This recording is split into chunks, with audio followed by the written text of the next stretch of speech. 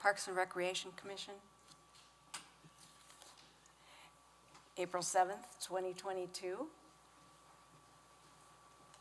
Calling the meeting to order. And agenda item, approval of our minutes from March 3rd. Do we have a motion to approve? Second. There wasn't a motion. Oh, okay. I thought that she did the motion. Oh, I said, do we have a motion to approve?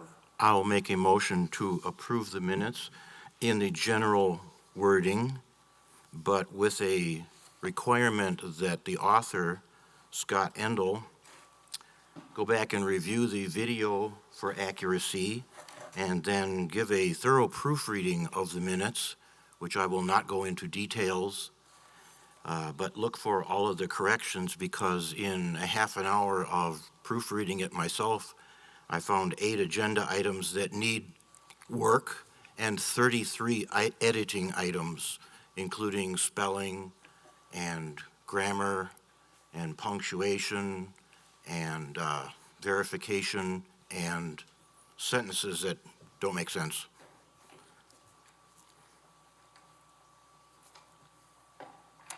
Okay. You seconding that? I second. I am okay with the minutes the way they are. So. Okay. Those in favor of approving the minutes? Aye. Aye. Any opposed? Motion approved. All right, under public appearances for non-agenda items, we have Mr. Mark Jones with a Veterans Park update.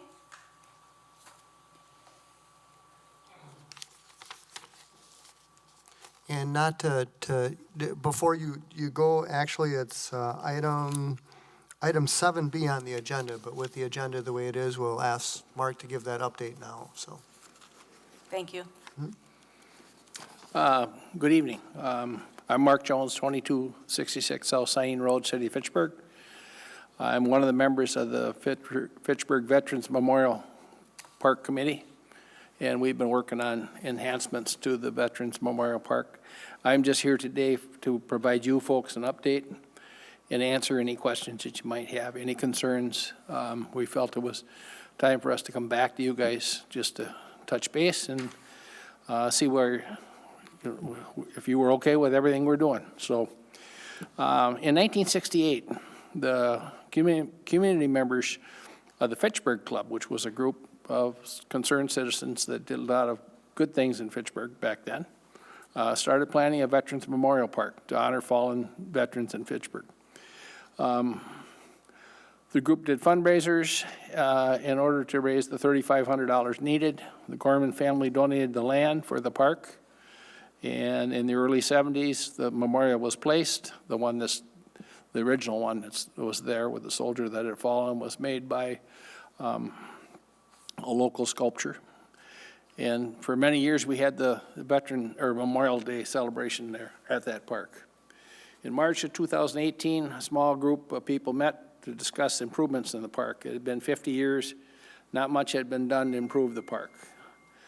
From the first meeting forward to the last meeting in March of this year, we planned on how we could make the park better, and honor all branches of the service and move the park forward. In honor of the U.S. Military veterans and their families, here's what we've done to date with local and regional community support. To date, the committee has not used any tax dollars. We have fundraised, and it's all been by private donation, everything we've done so far. And that is the way we'd like to continue that. I just think that's a better way for us to go. You guys can then use your funds to support other parks in the community. But this is something I feel that the veterans in the community can build forward. So anyway, we've organized as a nonprofit under the Fitchburg Veterans Park, Inc. So any donors can deduct their contributions under our tax laws. We've held monthly committee meetings, which have been all open to the public. We meet on the second Monday of each month, I believe, or except for December. Am I correct, Scott? And we've joined the Fitchburg Chamber of Commerce. We developed and printed and distributed informational brochure to 700 Fitchburg businesses, placed newspaper advertisements to educate and request community support. Installed and inscribed an entrance memorial and 2 benches. They're all polished black granite. We trimmed some of the shrubs and cleaned up a few things around the park. We built and paved a walking path with porous blacktop to allow wheelchair users and other mobility impaired guests to visit the park. Repaved and striped the parking lot. All these items, again, have been done with donations. To continue to honor the veterans, here are some of the things we're currently working on. We have on order 1 4-foot bench and 2 6-foot benches, and they're all the black polished granite, that same as the other ones. And an approximate 5 by 7-foot battlefield cross bronze sculpture commissioned for the park. This is completed. We're waiting for delivery and installation. That's it's similar to this. It's not exact, but it's similar to that. Anyway, and here's some of the things that we're thinking about working on next. The flagpoles behind the entrance memorial, an electronic kiosk with veterans information that you can look up names under, within a small protected shelter, so we can protect the electronics in the kiosk. Military equipment displayed by the entrance, such as a helmet. We don't know, we're just looking into that. Signage for the park and donations for the websites and other items are needed for the park. An identification tag for donors requesting a 5 by 7 plaque on the benches or whatever the donor. We want to keep that as a very small part of the not to take away from the message. Pursue expansion of the park, relocation of the public works stuff to west of the memorial. Trees and shrubs planting to enhance the park as described by Scott and his group. And we meet on the second Monday of almost every month. We invite everyone to join us if you can. The park is a jewel. It really is. I think we can turn it into something really gorgeous. We look forward to everybody's ideas as we move forward. And anybody have any questions or concerns? Because I'll try to come in, either monthly or every other month, whatever you think, how often you would like an update, just so that you're on board with what we're doing. We don't want to cause any problems for anybody, but we keep you guys informed. Any thoughts or questions? Just a thought. I'll just say, visited there 2 weeks ago with my 6-year-old grandson, and he was very impressed at the memorials. He enjoys all things military, and so he really enjoyed it. And I enjoyed being there too, because you're right, it is a nice little spot. Beautiful spot. Mm-hmm. Did you have something, Julia? No, I was looking for your website, but I found it, but it needs some work. Well, that's not mine, but it's, if it were mine, it would be a lot less than, because the Evil Television and I are not real good friends. But one of the gentlemen on the committee is the one that takes care of that, so I will pass that along. Heidi, I see you've got a question as well. Okay. Sure, hang on a second, Heidi. Julia wanted to finish a thought. So for the website, it will be nice because, I don't know any of the history of the veterans from the city of Fitchburg, to have at least a list of who are those veterans, you know what I mean? Women and men. And We're working on that Okay. list. Okay. And the kiosk will be able to, you'll be able to pull that up and do that. And once we have that list, we just don't have it complete yet. Okay. So that might be a place where it could also be. Okay. I'll take that forward. Heidi? Maybe Heidi's not. Sorry, I couldn't unmute fast enough. I just have a comment to say that I really appreciate all the effort that the veterans are putting into this. It is such an important part of history. Just everything that you guys do is very appreciated. Thank you. Thank you. Go ahead. I realize you're not looking for any tax dollars, but I presume you still expect the usual park maintenance that the parks crew would do on any other park, mowing, for example?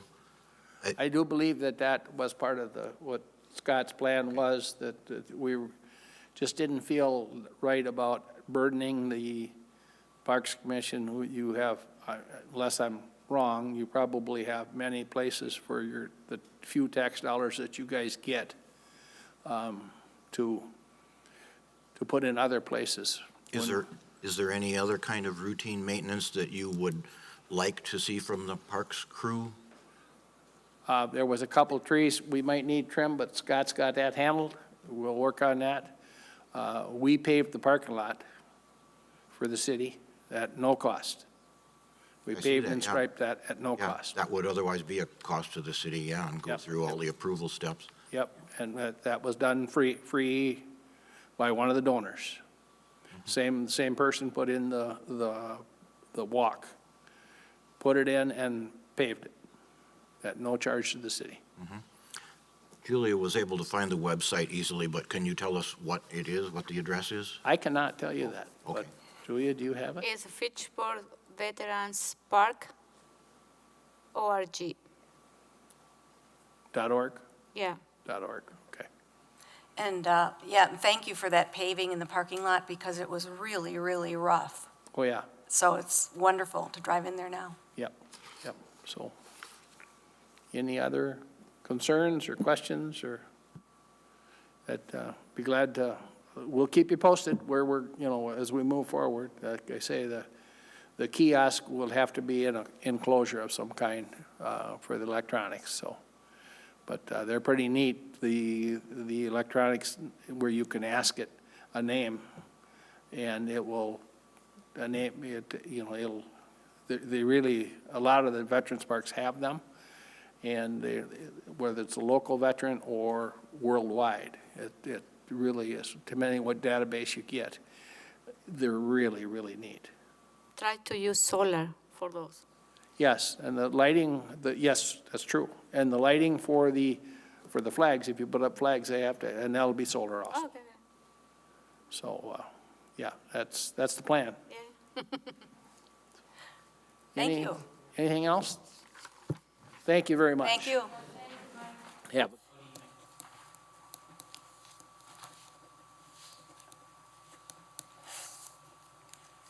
All right, let's, item 4, review and approve our agenda. A motion to approve the agenda? I'll move approval of the agenda as given. And we need to amend the agenda. We need to remove item D and E. We need to table those items. Wouldn't we do that at the time we get to it? I can't hear. Can you guys speak a little louder, please? Wouldn't we move to table when we get to the item? No, because we are approving the agenda. We are not going to approve the agenda the way it is. We are going to remove 2 items, so we should. Okay, but wouldn't that be a procedural thing where when we get to, I think we can do it here. you would make a motion to table? Yeah, but we can. Okay, whatever you want. So we'll leave it and then we'll make the motion to table as each comes up? Okay. Okay. So, we have, Need a second. you motioned to I approve. motioned, So yes. we need a second. I'll second. Those in favor of approving the agenda? Aye. Any opposed? All right. We are at now 5 action items. We have Resolution R 45-22, approving North Fish Hatchery Road Hub Phase 1, final design, and Wade is here to talk with us about that, and Scott is there. I think we'll go right to Wade and his presentation, and then we'll open it up for discussion. All right, hello Parks Commission. I'm going to go ahead and share my screen. Just give me a second here.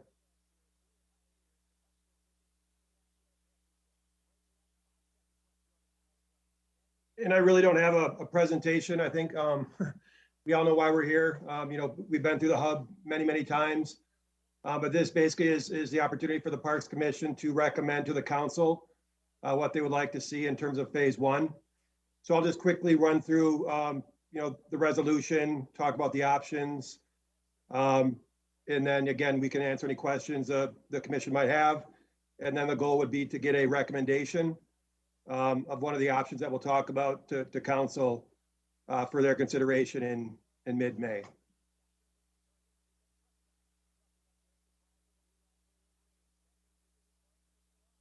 So again, the resolution just kind of outlines, you know, basically years and years, well, a couple of years of process in terms of development of the hub.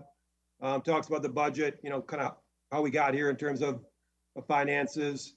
And then basically what it does is it presents 4 options. And I'm going to run through those options right now, and then certainly can take questions as we move along or wait till the end, whatever the commission desires. But option A, I guess I would categorize, we have 3 options, a high cost, a middle cost, and a low cost. And the 4th option, option D, is essentially a create your own option. So you can certainly take elements of A, B, and C and come up with your own option for recommendation. So option A is pretty much all the hub bells and whistles. I would call it as designed. So what we do in each option is we talk about the total cost, we talk about the funding sources, and then we talk about each piece that makes up that option. So option A as designed is our big ticket item, our big ticket cost, almost $6 million. We're looking at 3 funding sources for that option A. Approximately $3.7 million from Parkland dedication, approximately $225,000 from grants and partner support. I do want to point out that's unsecured at this point in time. And if we do secure that, that would go to a specific hub element, the all-wheels track. And then that leaves about $2 million or $1.8 million that we would need to do in borrowing. So what we're going to get for this option A is, again, pretty much everything that we've discussed thus far. That shelter building, the playground, the all-wheels track, the covered hard court, again, the complete covering of that hard court.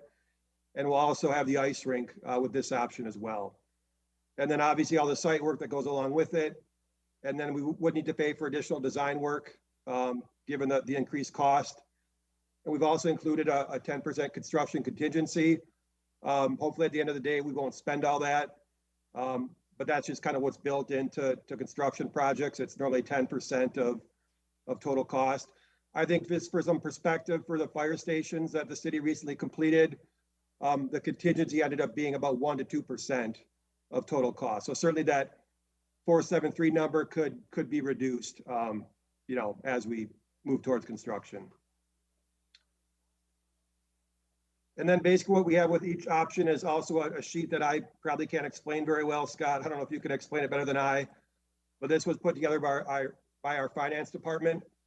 Essentially identifies all the funding sources that we're going to use from that Parkland dedication fund to get to that 3.7 million that I talked about earlier.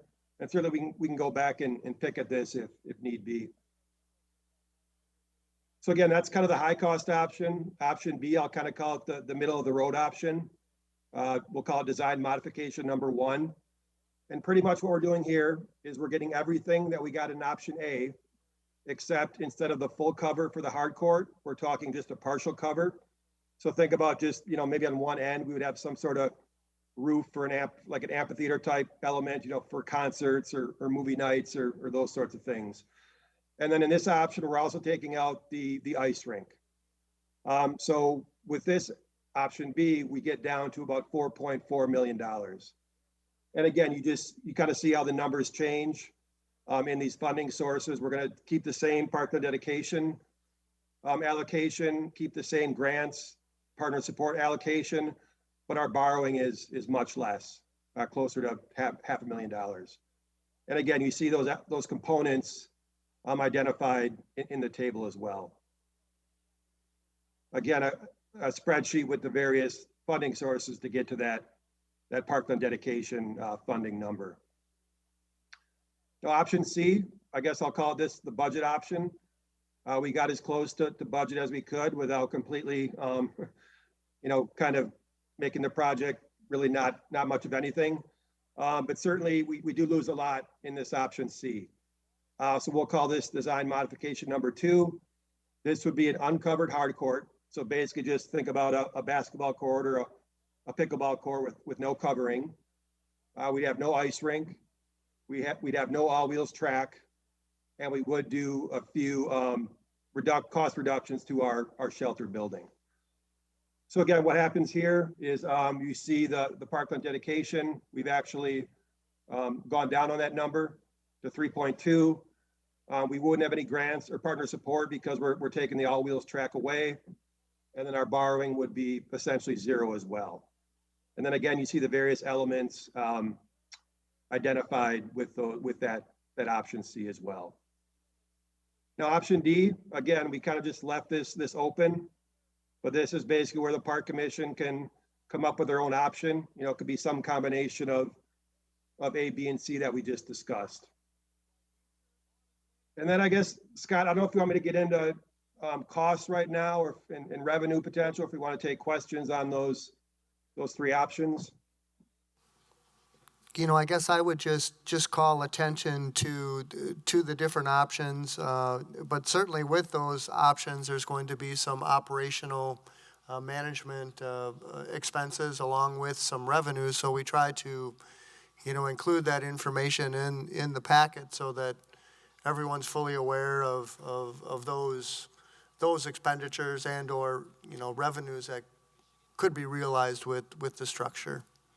And maybe I'll quickly run through these and then certainly can take any questions or comments the commission might have. And maybe before that, you can see that Jake Anderson, he's in the lower left-hand, he's the Park and Rec Director in the city of Monona, and they actually have a refrigerated ice rink there.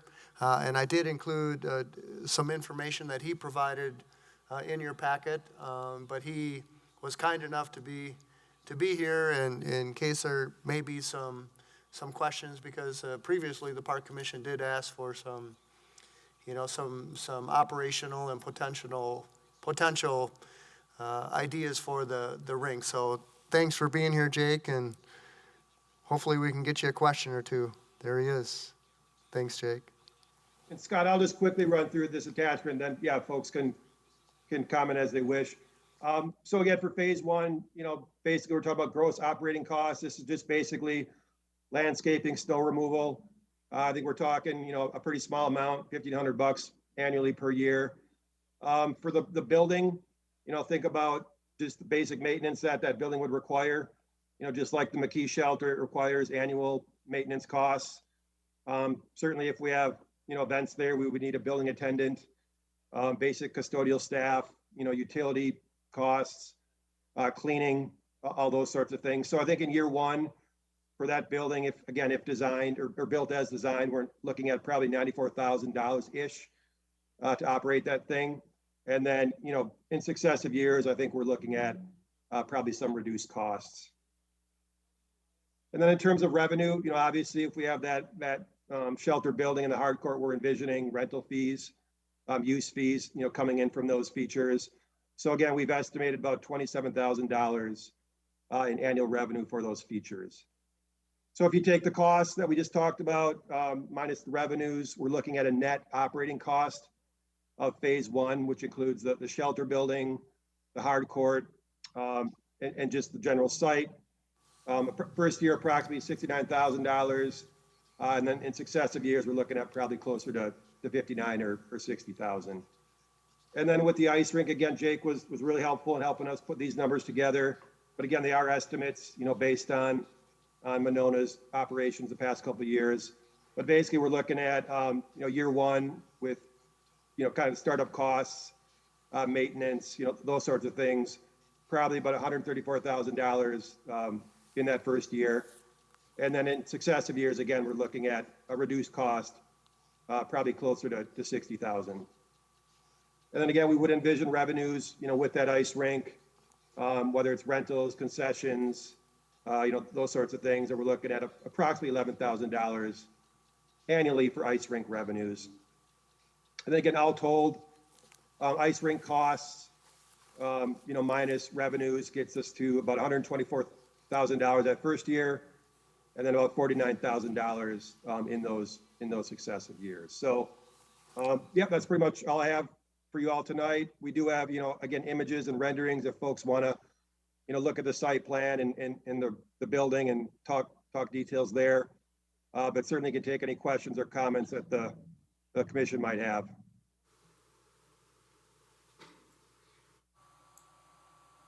Any questions for Wade or for Jake Anderson? Patrick? Is Jake Anderson going to give us some kind of a report or description or such on the Monona ice rink? I did include some information that Jake provided in your packet. I know it was late.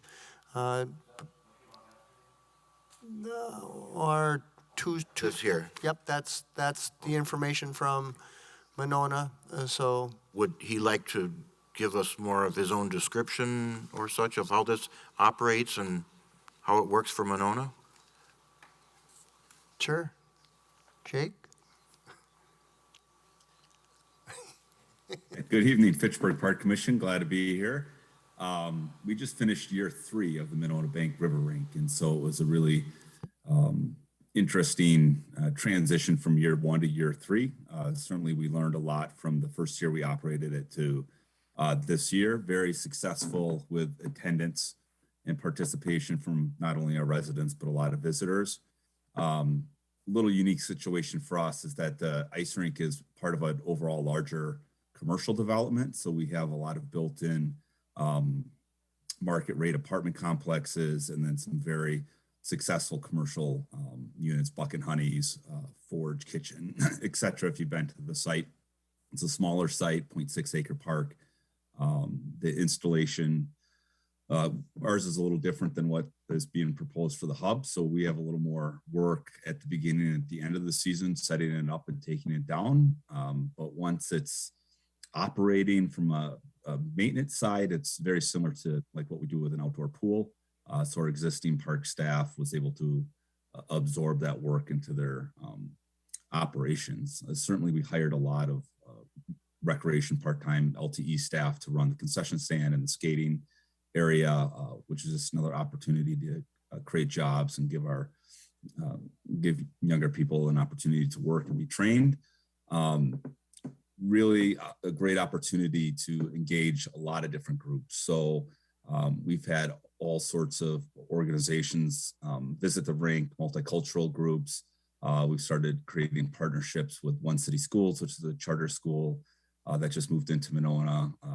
Our Black Student Union group from Monona Grove. We get various groups from UW-Madison visiting the rink. So it's really been a great addition to the community. The work from our end, at least from a city staff, I think all of us that are involved in it really enjoy it. And, you know, the way we run ours is a little more market rate. And so the revenues are trying to match the expenditures on what we do. And we've been able to do that in year 3. So and there has just been an increase in year 1 to year 2 to year 3. From my end as a director and also as a parent, the ability for us to offer a safe experience for kids to go skating, especially an instructional skate. So the hardest challenge we've always had with land rinks or pond rinks is that we're at the mercy of Mother Nature and not able to have predictable ice or events.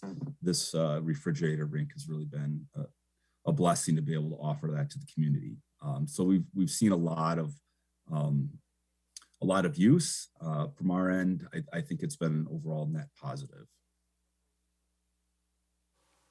Go ahead, Julia. Hi, I am Julia. My question to you, Jake, is how much cost to build that ice rink to you, to your community? So our ice rink was part of the park project was a $2.4 million park project. The ice rink specific was right around $500,000. Okay. Now ours is 50 by 100, and this was 2019 when we went out to bid on it. So with inflation and price increases, that probably be a little bit more. The annual operating costs are right around $100,000 on our end. Thank you. Patrick? Looking at your, in the handout that we have here, I just want to check, are all of the pictures that are in this are of your ice rink? There's no stock photo things used here, right? I don't think so. No, those Okay. should all be ours. Well, I just want to check because in our other presentations from planning department, we've seen some stock photos used as examples of things. So, Oh, sure. yeah. Is this an indoor rink or an outdoor rink, or how does this go? Because I see pictures in here that look like both indoor and outdoor. Oh, it's an outdoor rink. And what we're very fortunate is we're right next to a 4-story commercial building. So the way it's oriented in the ice rink season, we don't get much sun. So sunlight is a huge challenge with outdoor rinks, whether they're refrigerated or not. You get the soft spots, and so it is an outdoor rink. It's just right next to a commercial plus a apartment complex, but we don't get a lot of sun. So sometimes it might look like it might be indoor.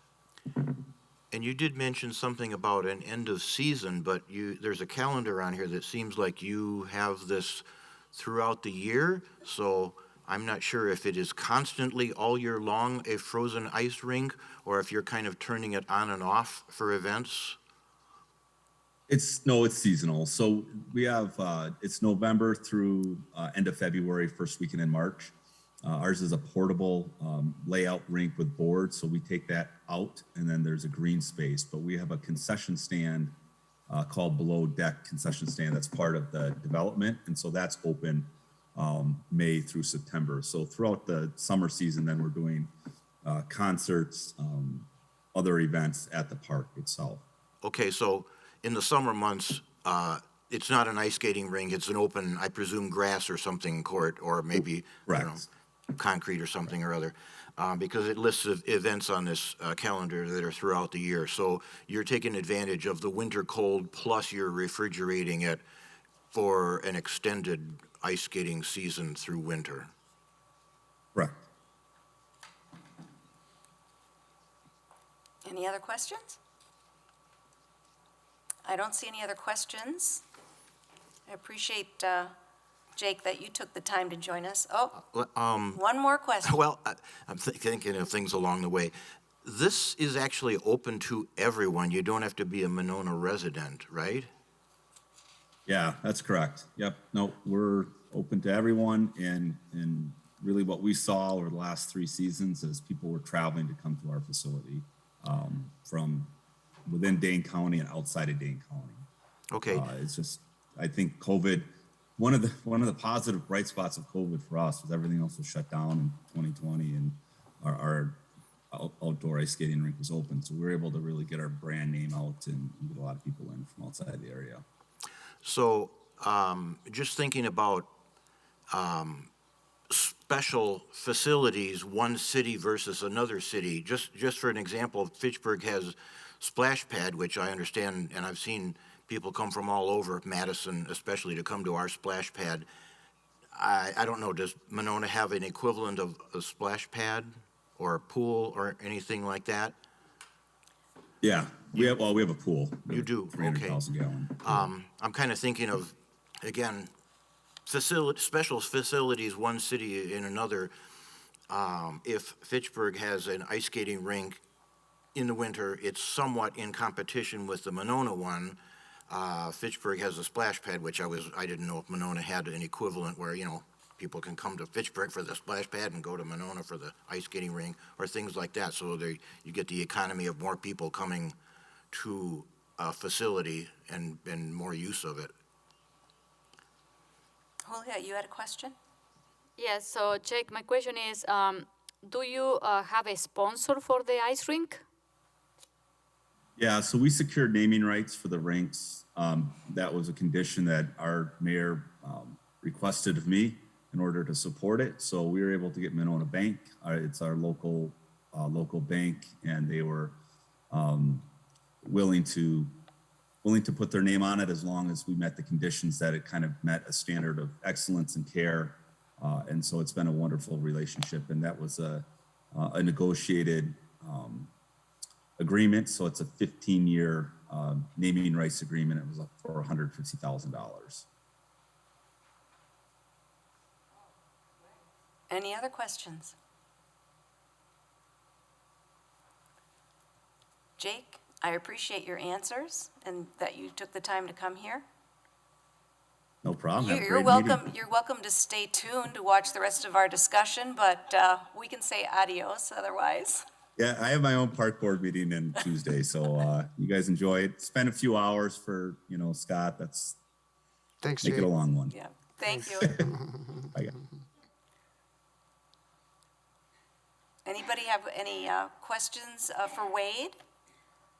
I have a small question. In the, I noticed that there were certain startup costs for the rink as far as machinery and stuff like that in our estimates. Is that included in the construction budget that we've seen, or would that be sort of in addition? Yeah, Scott, and you can confirm this, but that would be a separate cost. Yep, in addition, yep.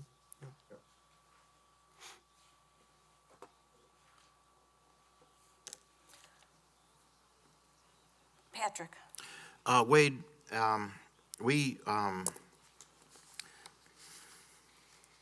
we have this agenda comments that is background notes that Scott gives us, so we have that. And in here, it notes on here that Scott has written that the Common Council referred this to the April Committee of the Whole, a meeting that would be somewhere later in April this month, with final action to take place in May. Now, the May council meeting would have to be after the Parks meeting because we're the first Thursday of the month. First council meeting would be the next Tuesday after, just like this month. So is this Yeah. our final review of this, or would we see this again in the May meeting before it goes back to the council? Yeah, so initially, the timeline was referred at council on the 22nd of March, to Healthy Neighborhoods Committee earlier this week, to Park Commission tonight, and then to council for decision next Tuesday. At the referral on March 22nd, the council they pulled it out, and they wanted to discuss it at COW in April, and then act on in May. So basically act on a month later than initially scheduled. My understanding is the referral process for committees is still the same, meaning H&I committee made their recommendation 2 days ago, and Parks Commission is to make your recommendation tonight. Okay, so we will not So see that's- this in May. Correct. Okay. Then on the option list here, by now I'm not sure of the other members' preferences and such, but one thing that I was looking at here, the ice skating rink is taken off for option B, but option B also has the partial roof of the hard court. Now, you mentioned something about, I don't know, like half a roof somewhere or other, so I'm not sure how much a roof is a half roof. My feeling was that I'm kind of thinking the ice rink, again, for the winter season and just to extend it at the beginning and the end of winter a little more, just did not seem worth it for all of the cost for the ice skating rink. But, so I was looking at option B, but I was not in favor of reducing the roof down to half of the roof. So it's kind of like between like B and a half or something like that is what I was Yep. looking at. Yeah, totally understandable. That's where that option D allows the Park Commission to come up with a hybrid option. So certainly, yeah, if you like everything in option B, which basically means no ice rink, and instead of the partial roof, you want a full roof, well, then that would be the option D, you know, you have to create your own. Customizing item, option Exactly, B. yep. Yeah. And just for context, so the Healthy Neighborhoods Committee, again, they saw this on Tuesday. They made that hybrid option D recommendation. They recommended everything but the ice rink. So they wanted the full roof as well. Oh, okay. But they didn't want the ice rink, so Okay. yeah. And then, just real quick, Wade, to clarify, when you just were speaking with Patrick, you were talking about the option D as in dog, which is sort of the à la carte, is what the Healthy Neighborhoods Initiative actually ended up working on. Yeah. Correct. Not a, so when if we go that way at the end, it'll be under D. I guess I would clarify that they did option B with no ice rink. Oh. In a full roof. Well, Right, right, that's what I'm Scott, just saying, to yeah. clarify, that is an option B. You know, I think the way we're trying to frame this is if it's not A, B, or C, it's gonna be D. So hopefully it's not confusing for people. It's just to clarify process. I Yeah, guess. two ways to get to the same thing. Yeah, unless it's exactly as written under A, B, or C, whatever is chosen here, it's called D as in dog. Okay. Correct. And Heidi had, A couple, she was waiting, and I missed her earlier, so if I could just ask her quickly. Heidi, I'm sorry. No, that's fine. I was just wondering if we had explored the option of getting corporate funding or anything like that, naming rights. I'm sure there are a lot of businesses that would be willing and able to do that and might allow us to get closer to that top option. Yeah, I think we've been talking about that for months. Again, I don't have experience with that. I think there's probably others in the city that might be more suitable to kind of, you know, take that task on, but we're discussing that. And I think that will be an approach eventually. But to that point, I believe we might have some restrictions in terms, you know, Jake works for Monona, they have different regulations. You know, I think we might have a little bit tighter regulations here in terms of how we do that. Scott, I don't know if you have anything to add to that, or? I would agree that whole idea of going out and soliciting corporate sponsorship is a good one, but the process in which we would do that, we'd have to determine what that process would be and go that way. If I could just add one thing, and I mean, I don't know what the restrictions might be, but in a past life, I did do a lot of fundraising, so I would be happy to assist in any way possible, you know, if that becomes a valid option. And it really, the idea, as I'm understanding, what we would potentially do is create a Friends of the Fitchburg Parks, and they'd be a nonprofit, and then they would be an independent group that would go out and do such, similar to what they did with the Friends of the Fitchburg Library, I believe. It was a separate fundraising group where it wasn't city staff, it was a separate nonprofit organization, Friends group that would go out and do that fundraising. Okay, and And then Julio,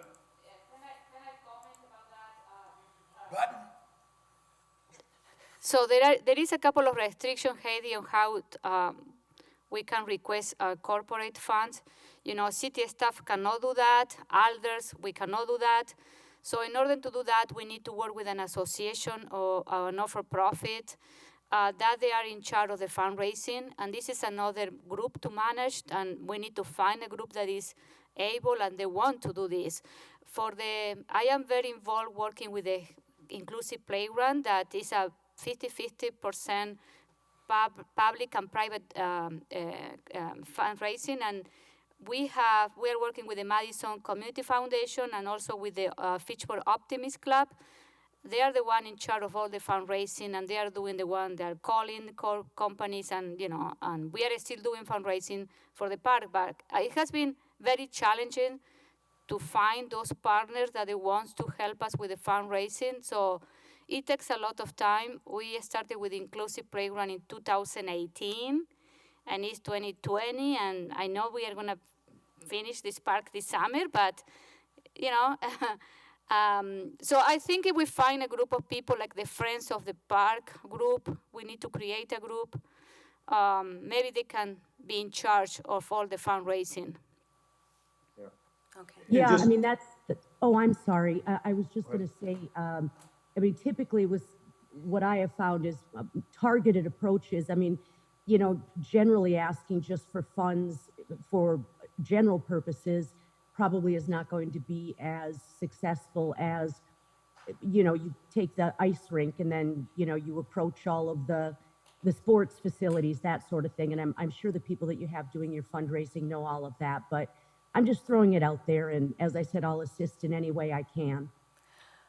Yeah, no, appreciate that. Just one other, I guess, point there, and again, not for the ice rink, but for the pump track. You know, I think the commission knows that Saris has been involved from day one on this, and, you know, we're still figuring out what their support will look like, but I do envision them supporting the pump track at a financial level as well, so. Patrick, did you have? Yeah. Wade, I was going through the numbers only in the top part here on the options, and there's a few things on the numbers that I was questioning. The third one down, no roof hard court, it says 75,000. This is only in the option C, and maybe nobody's interested in option C anyway, but no roof hard court, it lists 75,000. Are you sure that's not a negative 75,000 savings? Yeah, so what that basically means is like a basketball court. So we just ballparked, again, this is per, you know, consultants and Scott. We just basically ballparked 75 grand for a non-covered basketball court. Wouldn't there be a basketball court even if there was a roof? I guess what I'm saying is, so option C, instead of doing a hard court with any kind of roof, we're just doing a hard court. And that hard court without any kind of roof will cost $75,000. Okay, so it is a cost of 75,000. It's not a 75 savings. No. Okay, all right. Another thing that I was kind of questioning, a few lines down, construction contingency, 10%. And, okay, right above that, I can see design right there. Is list option A, 35,300, 35,300 for B, 52,800 for C, which maybe that's accurate, I don't know. But then the construction contingency lists 35,000, again, 10%, so it's 35,300 for A and B, but it's 52,800 for C. If it's less, why is there a construction contingency that 10% is more? Which option are you looking at? Construction contingency, it's the 1, 2, I know 3, which 4, option 5, though? 6, Is it option? seventh down. Option C. Oh, first page, top section. Option A? Well, and it's listed under full cost, construction contingency 10%. And then across on that line, this is what, like 1, 2, 3, 4, 5, 6, So basically what we do, seven Pat, down. is we take all those elements above it, and then, again, I don't have my calculator in front of me, but, you know, we vetted these numbers with our finance people. And then 10% of that construction cost is the contingency, and then 10% is also for design work. Okay. So, Okay, all right, I can see that then. Just up above there, grass area, no hard court. Under full cost, it lists 20,000, but that's not used anywhere. Does that belong in C? I'm sorry, what Grass table are you looking area, at? grass area, parentheses, no hard court. Fourth option down. Option D? No, just full costs list 20,000 for grass area, no hard court, but that number is not. Can you tell me what option you're referring to? Option A, B, C, or D? It's not listed in any of them. I guess I don't know where you're referencing. If someone could help me out. I think you might be looking at page 9. It's the one that has all the options on the top half of the page. I don't think it's that far. He's got a hard copy that he's working Yeah, from, so it's. yeah, it is, in the packet, it is page 9.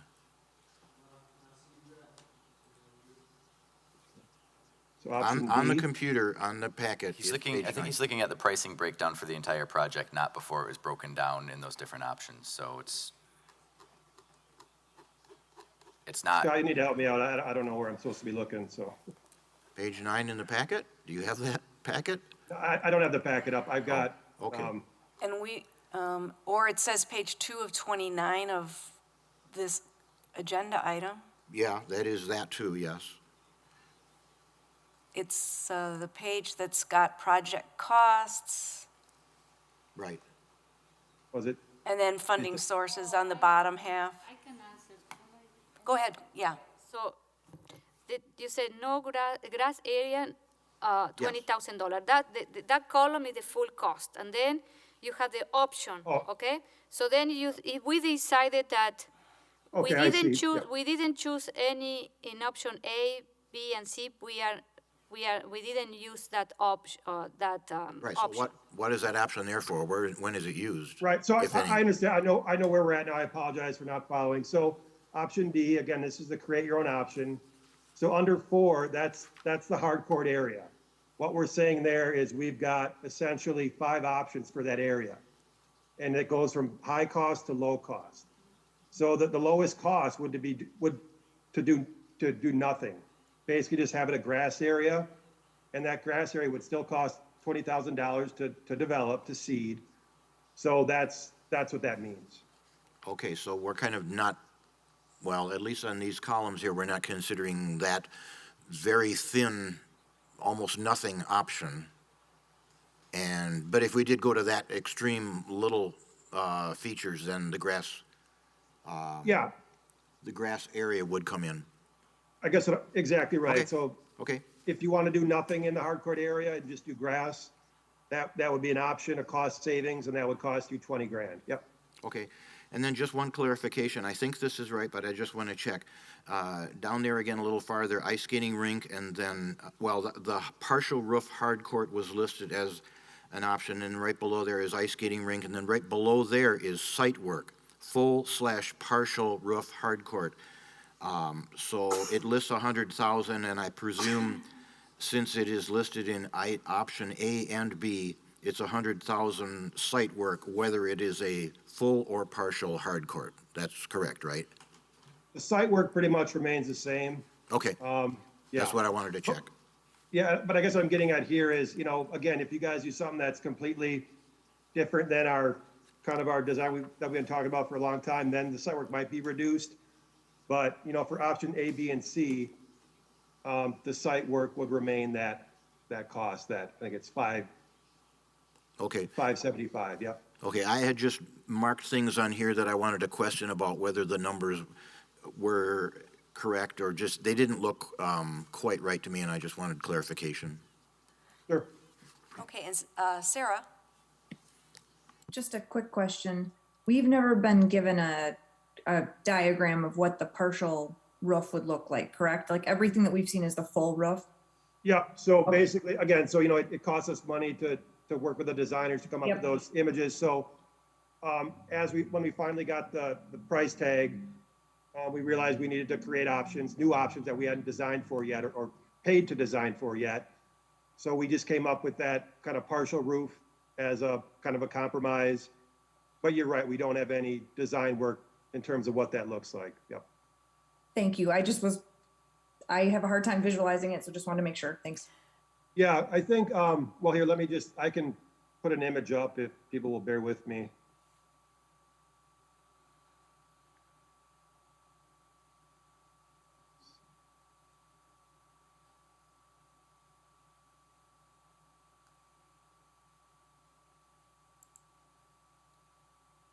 So again, I think everything that you guys have seen, it's kind of that full cover. I would envision it's probably something like, let me zoom in here a bit. Kind of something like this first tier right here, and maybe higher, maybe a little bit of a pitch for a different look, but something from a half to a quarter of this full span, and I think probably on this end of the site. That makes sense. Thank you.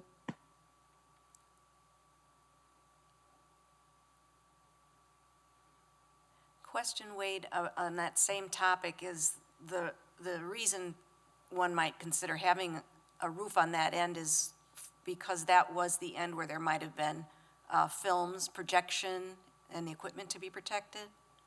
Yeah, so again, if we visualize, this is not just a rec space, but a social gathering space. So farmers markets, movie nights, mini concerts, we envision this as kind of the setup area for those social gathering events. So if you're little mini concert, the band could set up here, they'd be covered. If we're doing a movie night, we could have a screen that kind of comes down here. Certainly, if we're talking like farmers markets and festivals, not everyone's going to fit under there. But, in the event of rain, maybe we could get, some farmers market stands underneath that partial roof. So yeah, that's kind of the general idea. Okay. Any other questions? Well, and what we've done by starting out with discussion, we didn't start by asking for a motion, and it gets complicated because we have lots of options. So is there anyone who'd like to offer a motion? I see Sarah, your hand's up.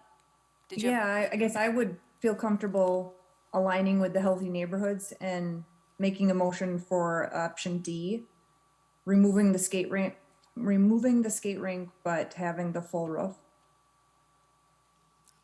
So excluding the ice rink. Yes. Okay. That's cleaner. All right. I So would that, second that. okay. Those in favor? If I could just make Oh, one comment. yes, please, go ahead. Just in full disclosure here, I want to point out two things, just so there's no surprises. So when we talk about these budget numbers, let's just use, I guess, option B, because it sounds like that's kind of where the motion is, generally speaking, between option A and option B. So right now, this Parkland Dedication Fund, this is including a full dedication from the Traceway North project, which is approximately $770,000. The current proposal that will be in front of the council, and I believe this body at some point, is a combination of land and some other things, and with funds of only about, not only, but of, I think, approximately $263,000. So if that gets approved in that manner, that would require additional borrowing to the tune of, $500,000. And I also do want to point out that, bigger picture, I think obviously we're seeing development in that area. In the past couple of years, we've got a lot of money coming in at Parkland dedication funds in that neighborhood.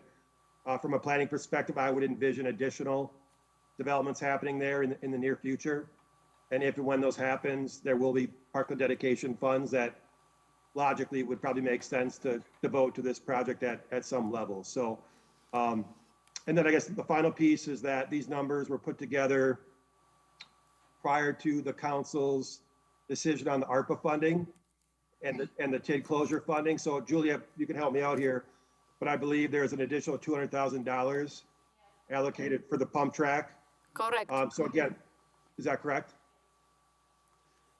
Okay. Yes. So again, just so there might be, again, when we get to the final approvals here, there might be a little bit of variation in these numbers that were presented tonight. And then I just want to point out too, and we're still doing our research on this, but obviously this process is taking time and it needs to take time, but it is a little bit behind where we thought it would be. And as things continue to, I don't want to say get delayed, but as things continue to move slowly, our construction schedule gets pushed out. Inflation continues to happen. And again, we don't have any new numbers for anybody, but I just want to make the commission aware of that element as well. So with that, I'm done, and I apologize for interrupting the motion. Oh, that's all right. It gave me a chance to realize I really should say we have a motion and a second, and we have had discussion, but is there any other discussion? Patrick? Our last shot at this, I want to check another number here. The way I look at it, we've mentioned option B, but it's kind of like, as I see it, option A and option B are the same all the way down for the options, except for we could look at this as option A, minus the ice skating rink, or we could look at this as option B, which does not have the ice skating rink, but substituting the full roof in place of the partial roof. But I see one difference also, up on, a little above there, where it says general park fee eligible, and there's right below there it says design. Now, there's a difference there. Option A has design, is listed at 10%, so again, I'm kind of questioning this number. Option A lists the 10% as 437,923, but right next to there, option B lists the 10% design as 328,055, which is Right. 110,000 less. So I guess my question to you, Wade, well, first of all, explain the difference. Well, okay. Yeah, B no, I has understand what you're less, saying. so B has less design. So we haven't, just to be clear, we haven't calculated design work numbers or contingency numbers for any other options in A, B, and C. We didn't do that. So, and I don't know if I'm prepared to do that right now, but I guess the gist of it would be is that if you want a full roof and no ice rink, I think you would essentially add, just bear with me. It's about, yeah, it's about 400,000. You would add about $400,000 to this, to that. This would become 800,000. Okay? Right. That's the way I'm So it'd looking be at it. Yeah, another 400 on top of that. Yeah.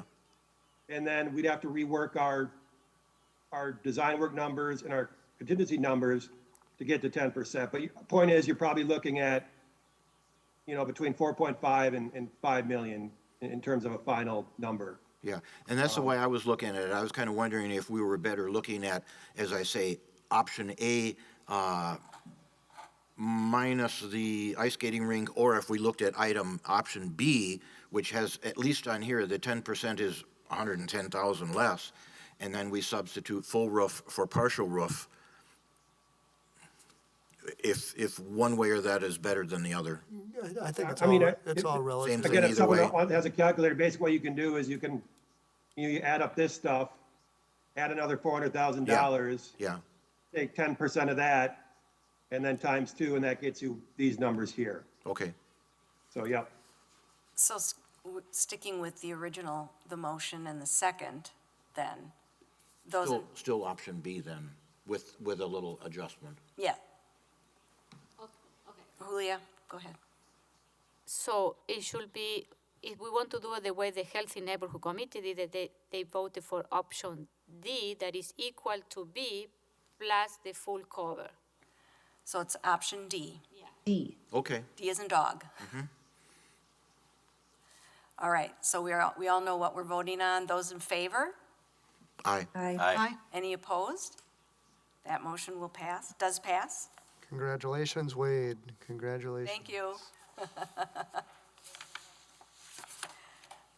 Thank you, Wade. Yeah, no, thank you. Thank you. So we are at 5B, the proposed agreement for Parkland dedication, Parkland fees, and reciprocal covenants for Plesco and Associates Fairway Apartments, Traceway North, David Gevers. Hi, good evening. Can you guys hear me okay? Good deal. So I don't know if you've had a chance to look in your packets and review the material that's in there. So there's been some tweaks, some changes to that. I don't know, Scott, did you have something you wanted to say, or do you want me to just kind of jump in? Yeah, thank you, Dave. And at the end of the day, Dave will make his presentation, and at this point, the role of the Park Commission is going to be, Dave is going to be proposing parkland dedication and a location per his development. So at this point, the Park Commission is going to decide or make a decision whether or not that parkland that Dave is looking to propose is going to meet your requirements or your needs. So it's basically just the acceptance of the parkland that Mr. Gevers is proposing to offer as his dedication. So Scott, that's a little bit different than some of the other conversations we've been having with Chad and with staff, but maybe I can just kind of start back from the beginning. So this project, can I share my screen? Does that work here? Yes, you may. Okay. Um, so for starters, this is the project that this is in regards to. So this, we had presented, I think, some very preliminary plans to you guys way back when. But so this site is about 5 acres on Traceway, just across the street from the High Line. So this is a new 181 unit market rate apartment deal, and which has gone through the city. It's approved. We plan to start construction mid-May. And the project itself, you can see, kind of lays in here pretty nicely. We've got some town homes that face Traceway, and they actually turn the corner. If I show you on this image, you can see it kind of turns the corner, and these townhomes actually face the hub phase 1 that you guys just approved. So congratulations, and that's great. I think that the hub is going to be a great asset for this neighborhood, and I applaud you all for working so hard to make it a reality. So this is the project that we're proposing. We had originally submitted this presentation, which kind of laid out for you guys. This is the High Line is here. Our new proposed project is here. This is the hub project, obviously, that you guys are familiar with. We were originally approached by staff way back when, I think when the hub was getting going, about the city somehow acquiring this land here, which right now is tennis courts. You can see it over here. This is what it actually is right now. Those tennis courts are fairly obsolete. They're not utilized. Definitely, I've never seen anybody out there playing tennis on them, and I don't think that our residents at the Pines and the Fairways get use out of those. So when the city approached us about, hey, we could use this land for the hub phase 2, which was going to be a community center, which I've heard for a very long time from social workers and teachers and principals and residents and social service groups in this area, that there's really a very large demand for.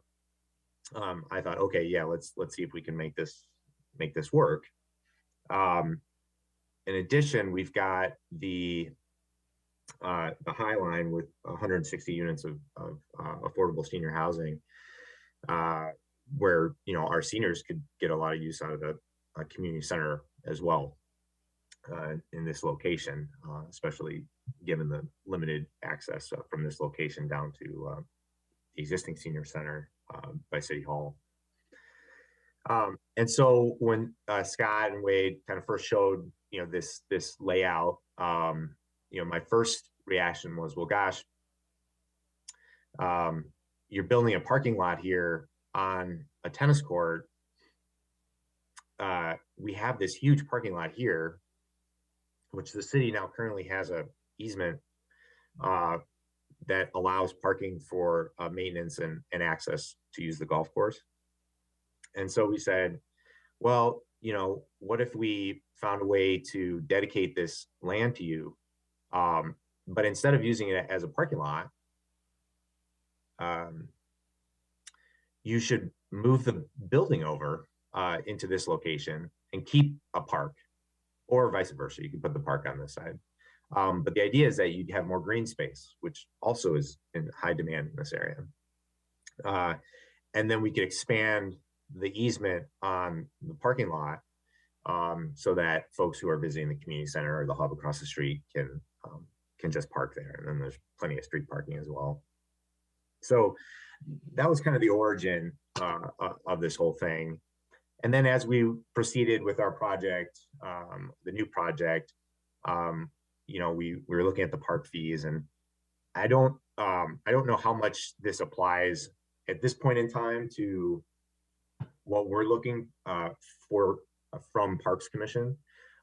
Because like I said, there's been some changes and shifting. I'll get into that in a second, but I think this might be a helpful presentation, I think, for Parks Commission just in general to understand the park fees and how they work and how it impacts development and how it impacts potential growth and revenue for the city.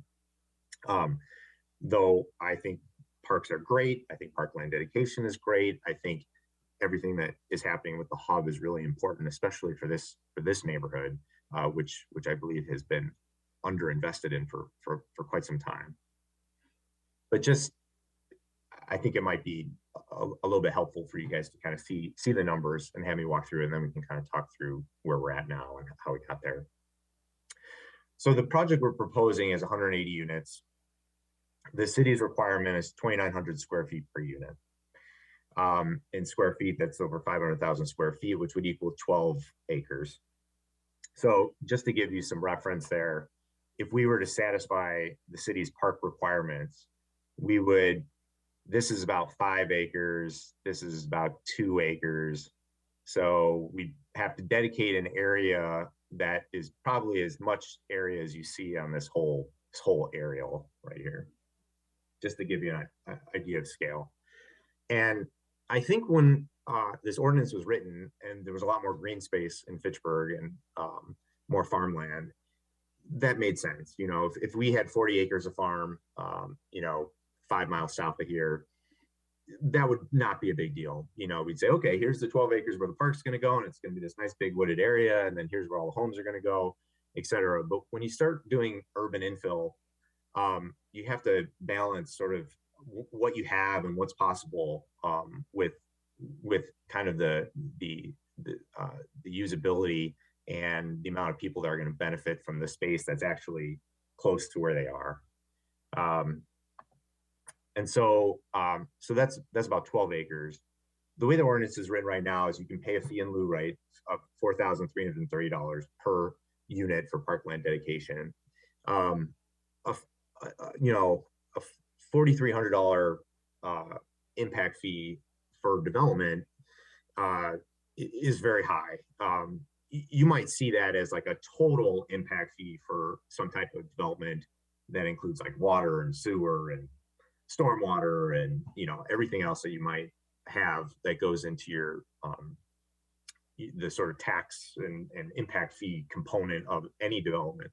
But to have a parkland only fee of about $4,000 per unit is very, very high and much higher than any other municipality that we've done business in.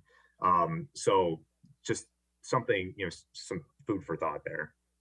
What that equates to on this project is about $780,000 fee in lieu of parkland dedication. That another way of thinking about that is that the fee in lieu equates on these 12 acres to $65,000 per acre of value. So we dedicate the land, and $65,000 of value is what you get if we dedicated all 12 acres based on that total fee. That's important because you can see, and I'll come back to this one. You can see on this sheet here that the assessed value for our property right now is about $400,000 per acre. And so there's a disconnect between what we're actually paying taxes on, $400,000 per acre in value, and what the city is giving us credit for parkland dedication, which is only $65,000 per acre.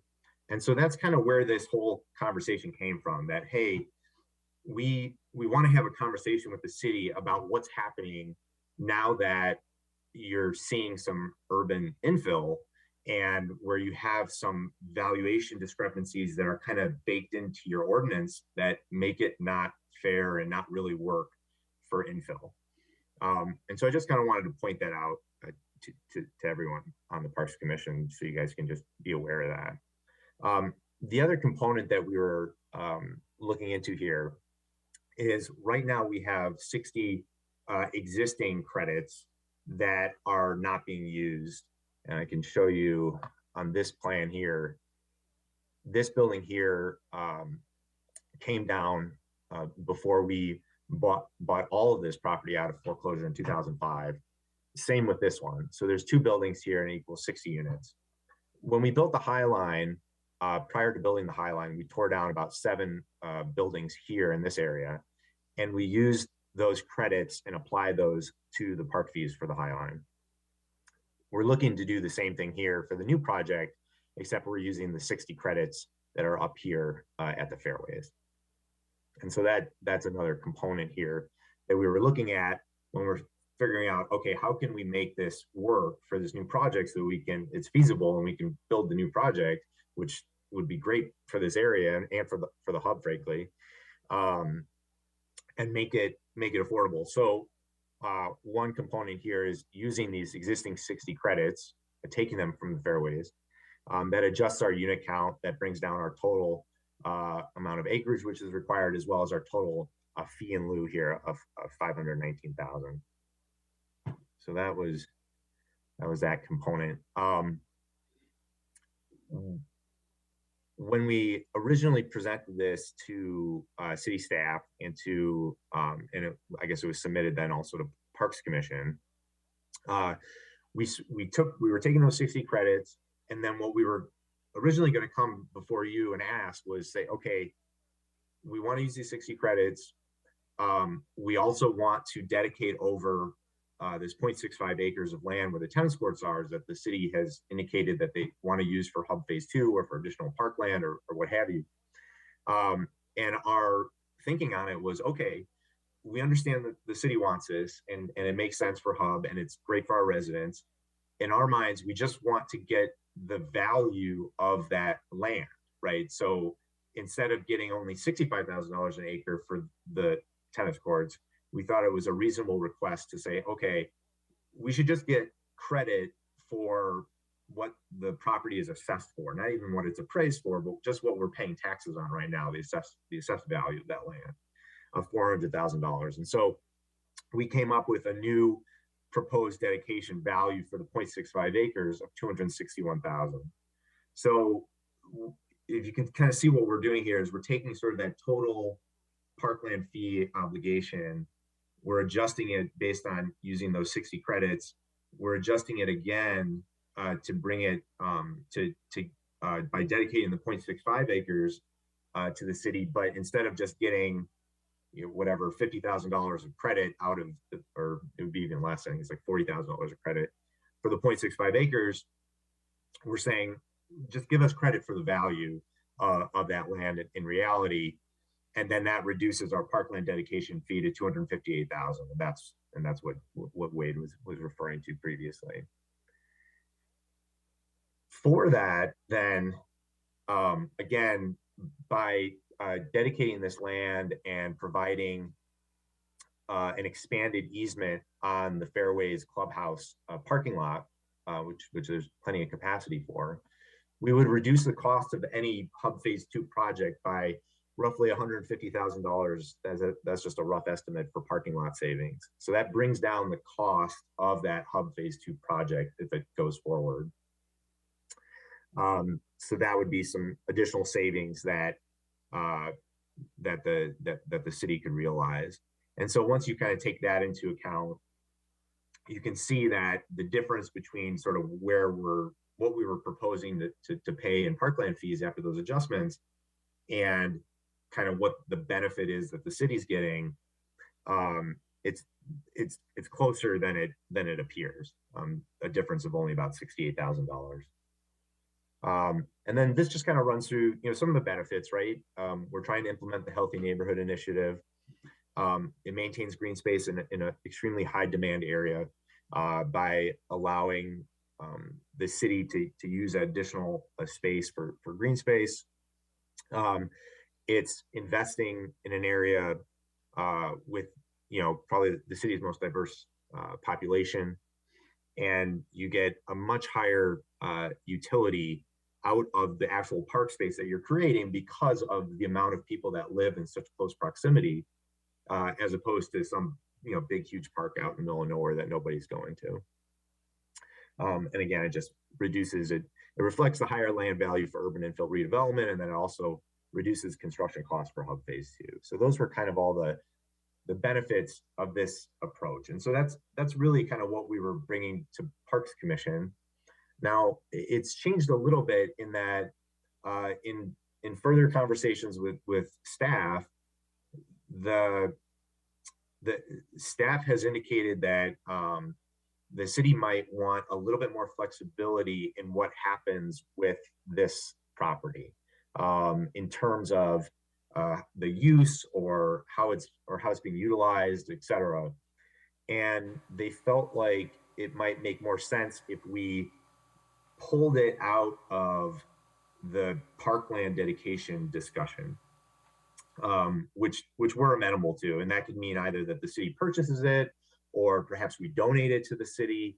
And those are still things that we're talking about with the city, with staff. But I think what I've been sort of instructed to kind of bring forward to Parks Commission tonight, and sorry for this sort of long-winded presentation, but is to get an indication from Parks Commission, a vote from Parks Commission that yes, the Parks Commission has determined that this area in Orange, where the tennis courts are currently, is desired by Parks to be used for park uses. And that is what the city administrator and city attorney have directed me to sort of bring forward to you. So we're kind of changing things up a little bit in terms of we're not really looking at this as part of the Parkland dedication. We're going to go back to a higher number on the Parkland dedication, and instead take this area here and either sell or dedicate it to the city in sort of a separate transaction from the new project. And so that's really what we have in front of you. So the question is, does Parks Commission want this to be, do you deem this to be good use for parks, going forward? Julia. Yeah, so I thank you, David, for your the introduction, and I agree with you. Our role is we don't look at the numbers. What we want for Park Commission is, do you think that we can, you agree that this is a good use of a land for the parks? That's it. The numbers, how we're going to do it behind the scene is going to be in Finance Committee and the Council. So here, what we want to know is, you Parks Commissioner really want to get this dedicated land to be part of the park system. That's it. Don't look at the numbers. Nothing. We are not going to discuss numbers tonight here. So I am saying that. So that one is going to be for the Finance Commission and for the Council. Correct. And that's it. I'm going to call the order, and that's it. This is what we want the piece of land or no? This is the question. That's it. Yeah, easy peasy. That's all it is. So you is that what your move, Julia? We're looking for the motion. You made the motion there, Julia? Yes. Is there a second? I'll second. Okay. Patrick? Before we pass this, Yes, Heidi, go ahead. well, with all due respect, I'm not sure how we can make a decision like this without considering money. I mean, I realize that, ultimately the council is the one who makes those decisions, but I think, how that's going to impact the bottom line is something we have to consider. Go ahead. Heidi, I understand your position, but here our role as a park commissioner is tonight is we accept this piece of land, and then because there are a lot of variables about what is the city or the city council wants to do. with a half phase 1 and half phase 2. Maybe nothing of that is get constructed, so we don't need the land. But what we want to know if this committee is think that this parcel, we want to get this parcel. That's it. Right, and if I may also add, Julia, if I'm wrong, you can let me know, that this is outside of our existing ordinances. And so for that reason, it has to be left in the hands of the council and the finance committee. That is a basis for us to not, at this point, do any of that. This is very complicated. They have to create exceptional processes from here on out. So that's the rationale for simply voting on this discussion of this land without reviewing costs as presented. Patrick, I know you would like to say something? Yes, we just got a long, call it explanation of these numbers. I did go through these numbers a lot. I disagree with that we don't get to discuss the numbers. I have a question for Scott.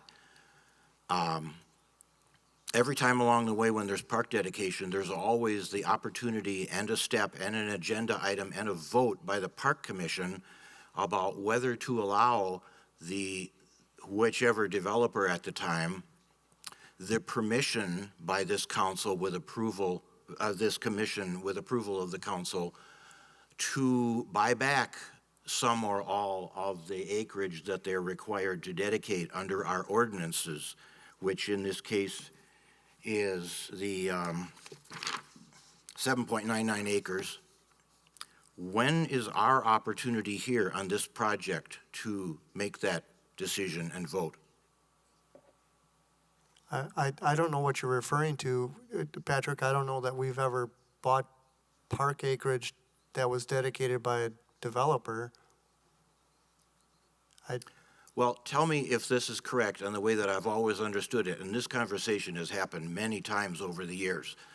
A developer, any developer comes along, they have a project, you work out the calculations, you produce a sheet that says, okay, if you go this way and we get all the acreage based on the units, it's this much acreage. If they go to the fee in lieu of land dedication in place of the acreage, then we get this many dollars.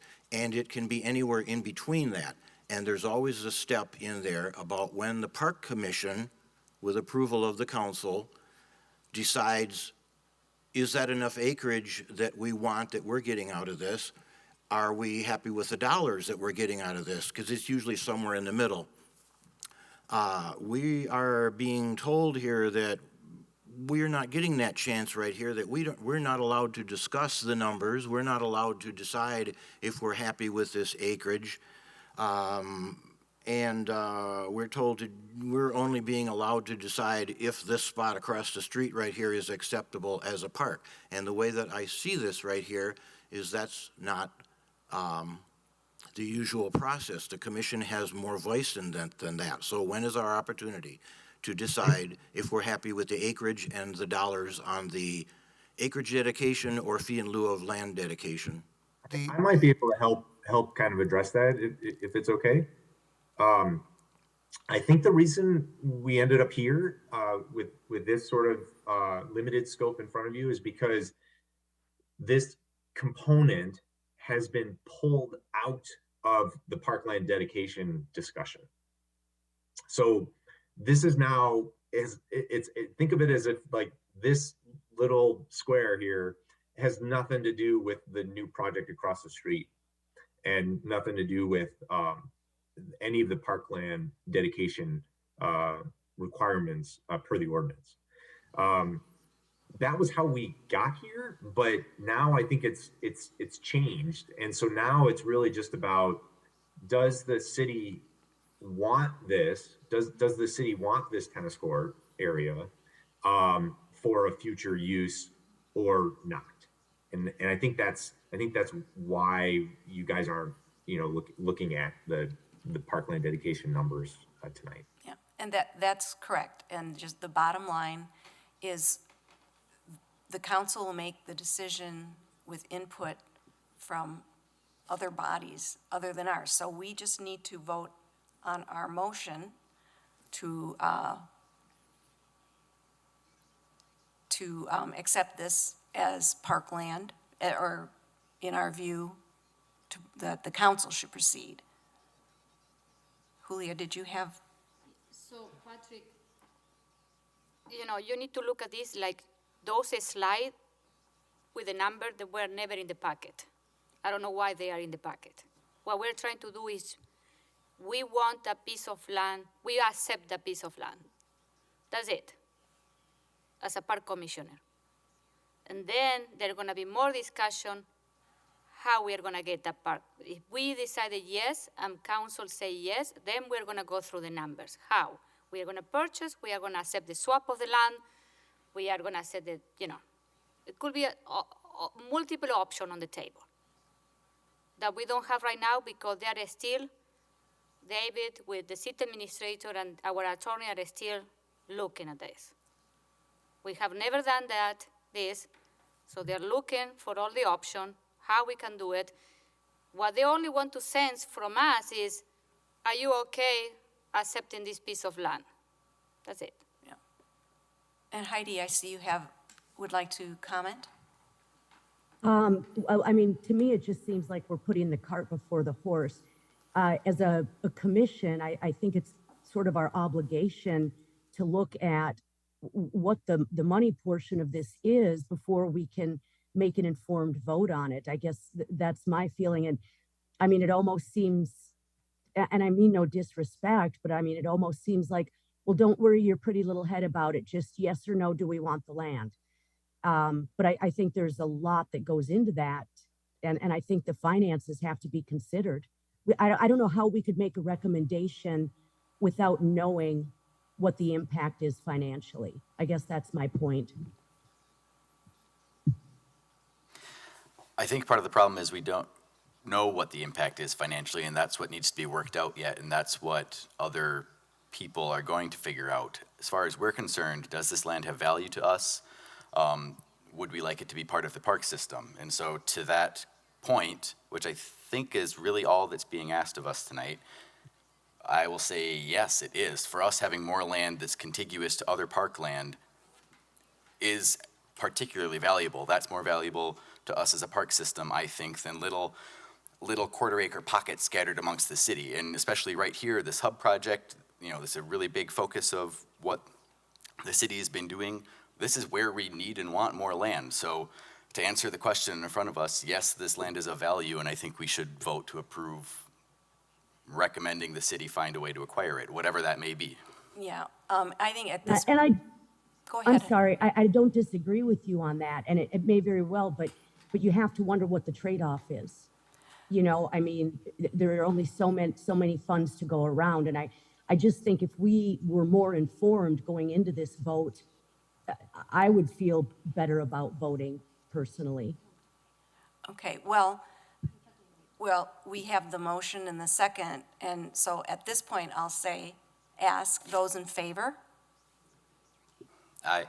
Aye. Opposed? No. Roll call. Aye. Well, I see Heidi and Patrick have voted no, and we can note it that way. Roll call. Okay. And I wasn't finished with my questions. Well, I want to call to the vote, so that's it. Okay. Julia? Well, you can't just stop discussion if there's more on the floor. I can. Why is that? That's not how Robert's Rules of Orders work.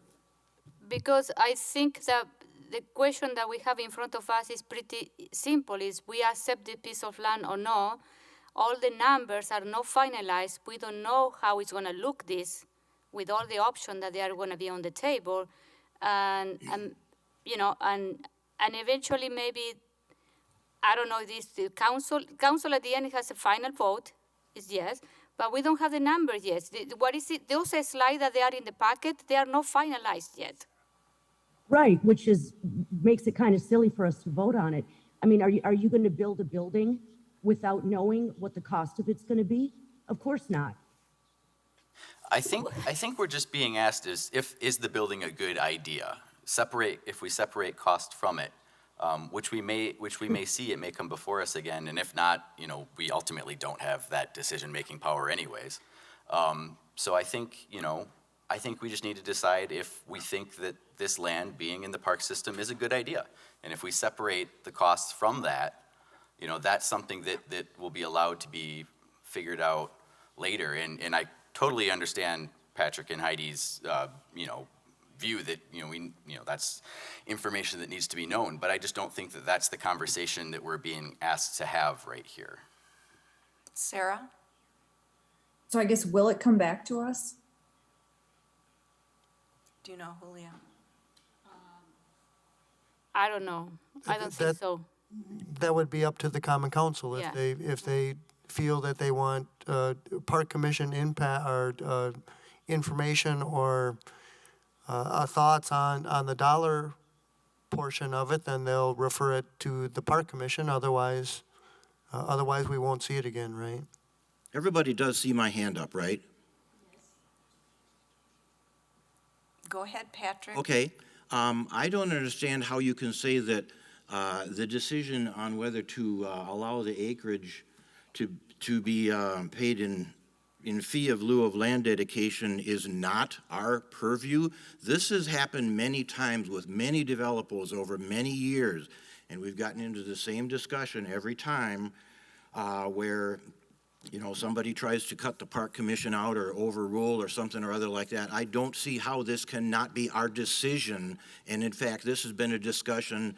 I remember Jake Johnson even in the past going into the responsibilities of the Park Commission and the responsibility of making this decision, and the only other one to decide on whether to accept the acreage being purchased back by the developer and whether to accept the fee in lieu of land dedication is the Parks Commission decision with approval by the council. It is exactly like that. Park Commission decision with approval by the council. And what I'm hearing here from some people is that's not our decision. Finance and the council will work it out.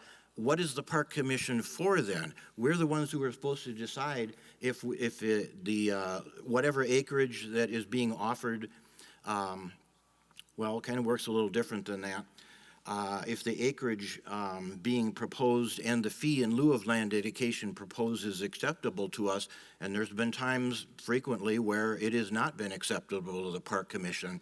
So I don't know if it seems like we're sort of getting a hint of maybe we get to decide on the acreage amount and the dollar amount later after this decision, but we got a whole lot of numbers in front of us right here. Some people are saying, ignore the numbers. It's listed right here, proposed dedication in acreage, 0.65. It's owned by the same company. It's in the same area. If we were to follow rules of the past, then the developer would be responsible for finding 7.99 acres in this area. And yes, this has come up before. There's not room to come up with 7.99 acres, and then they've got to find somewhere else. The way that I see this right here is this developer is proposing, which is supposed to be with our approval, but they're skipping that step, proposing to buy back their 7.99 acres at the per acreage rate set by city ordinance somewhere, which I would like the council to look seriously into this year, at the per acreage rate of $65,000 per acre. And we are supposed to have this decision of whether the developer can buy back the 7.99 acres at $65,000. And the developer wants to then sell to the city a 0.65 acres at the per acreage rate of $401,101. That is not an arm's length equal transaction. The city is losing a whole lot of money by this. I think there needs to be a point of clarification on what happened. So what Julia said, that this package should, these things are evolving and changing, right? So when this package was submitted to Parks, it has changed from this. So this is what is in the package is not what is in front of you right now. That is not the issue that is in front of you right now. And just for clarification, this is not, this isn't being driven by us, right? We're trying to accommodate what the city is telling us. And so the cleanest way to think about this is that this is no longer a Parkland dedication discussion. This is not about Parkland dedication per the ordinance for new projects, for development, et cetera, et cetera. It has nothing to do with the fee in lieu, has nothing to do with the amount of square footage you got to give for each unit that you build. It has nothing to do with that. And I know that's really confusing, and I apologize because this is kind of a mess, but all that city staff is looking for from parks is direction that they can tell council on just the tennis court piece, because I think staff still want the tennis court piece, but we're pulling it out of the whole Parkland dedication discussion. And so they've asked me to come here tonight and just say, okay, just go make sure that Parks still wants that piece. And then, they can do what they need to do about either getting us to dedicate it to the city, again, separate from Parkland dedication, nothing to do with the new development, or sell it to the city. So that's really, that's kind of what's in front of the commission. I don't know if that clarifies it or not. Yes, thanks. And Heidi? Well, in my mind, it makes it actually a little less clear, because if we're voting on something that isn't even the real proposal, that makes even less sense to me. But there's no proposal. So it's not, forget that whole proposal that's in the package for whatever reason, just throw it in the garbage. Then what are we voting on? What are we voting on? All you're trying to do is give indication to the council that Parks thinks that this land would be good as part of the park system, as either a part of the hub phase 2 or as green space, or just that you determine that this would be a good space for park use. That's it. But then that's what the resolution needs to say. Okay, all right, let's just, at this point, we have differences of opinion, and I think we should vote and take a roll call vote, and those differences of opinion will be reflected in that vote. I think the issue should be tabled until we can get more information. Is that a move to table, Heidi? I move to table. Okay, move to table means no more discussion. We vote on whether we table or not. I second move to table. All right, those in favor of tabling? Aye.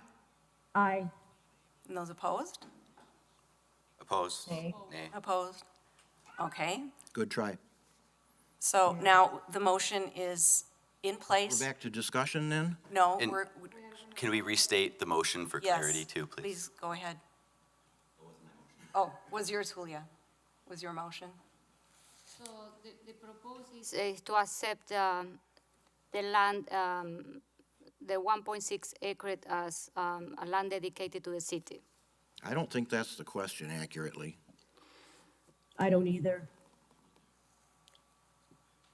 I mean, I'm going to vote no regardless, but I would like it noted in the notes that the reason I think we shouldn't even be voting on this is because the resolution isn't even stated accurately. So in essence, we're not even voting on, I don't even know what we're voting on. Can we make a new motion? Or is it beyond that? You can amend, yeah. I move to amend the motion to state that Parks Commission views this plot of land of particular value to the city. Okay, Okay, I can agree with that wording. Although, discussion now? no, What do you mean, Well, no? but you know that's not where it's going to end. If, yeah, you change the motion, but then it's not going to come back to us. So, Yeah, if it's not going to come back to us, this is still a bad procedure, and we're still being cut out of the decision. My hand is up again. well, we have a motion, we have discussed this Not enough. beyond every eventuality. Patrick, you got 30 seconds. Please tell me it's something different than what we've already all discussed. We have facts in front of us. I checked through these numbers, and all the facts in the first 2 pages are good and accurate and everything. I know an easy way to resolve this, which is we just don't accept the acreage until the developer is willing to give the city the .65, and there's none of this buying back at 65,000 and then, or selling back at 65,000 and buying another .65 at 401,000 rate. That's a ridiculous transaction. That has nothing to do with this. I know you're saying that. Right. Okay. Okay, so we'll do a roll call vote? Yep, sure. Those in favor of the motion? But wait, Julia? which motion? Chris's motion or Julia's? Chris, and Julia seconded it. Okay, I didn't hear that. Okay. I'm sorry, I should have restated it. So, roll call, we'll start with Julia. Yes. Patrick? Say it again. Oh, Yes. remember your microphones, everyone. Patrick? Since it's rephrased, I will now say yes, but I really hope we have a whole discussion on this. Christopher? Yes. Katie? Yes. Heidi? I'm going to say no because I know we won't have more discussion on it. And Sarah? Yes. Okay, the motion passes. Thank you. Thank you. Thanks, Mr. Govers. So 5C is the teen center update. And is, I would recommend that we move that to the end after F, because we have the developer here and his, I think, his team, they're already waiting for a long time, so I think we should move to F. Second. okay, those in favor of adjusting the agenda? Aye. Aye. Aye. Aye. Julia and me. Okay, so we are at then,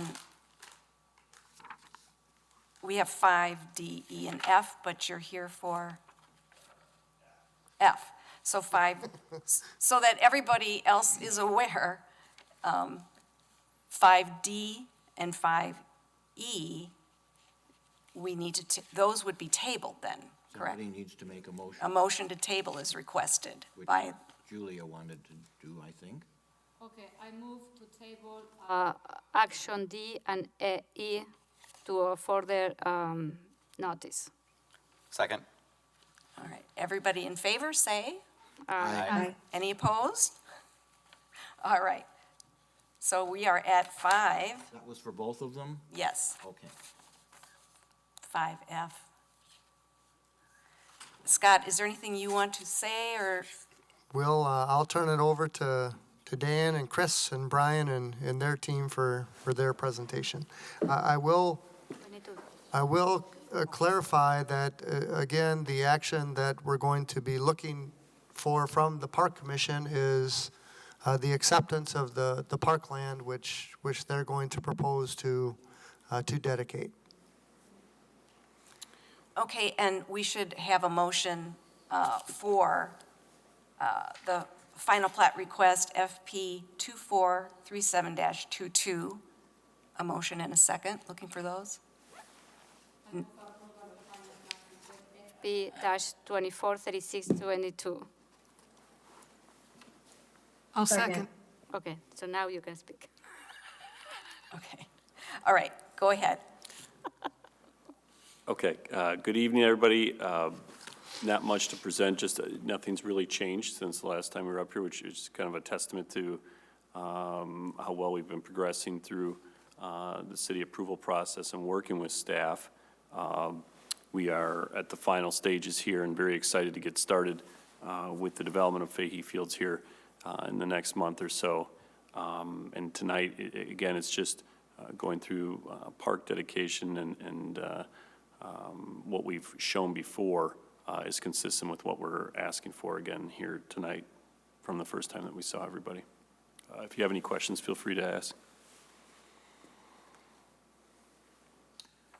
Anyone have questions? No. I just want to check that we're on the right page for this. I would this go to Page 68, no, beyond 82. 82. 82 and 83 of the packet are the the aerials of the park space.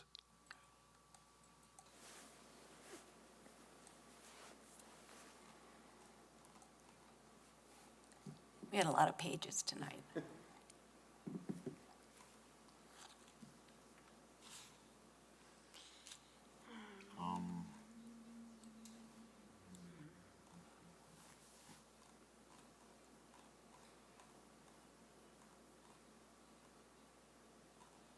I'm seeing things in around 72 that are related to this too in our packet.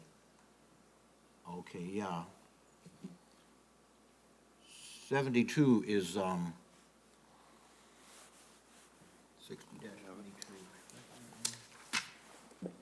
Scott, could you bring that up on the screen? What's that? Could you bring up the overall plan on the screen? I can't. I don't know how. Do you have it in front of you? It's in the packet on page, We have the packet. Tech support's on the way. on We can 82 and see it. 83. Page 73 in the packet says Resolution R60-22, which is not even on our agenda, but it relates to Dan Day.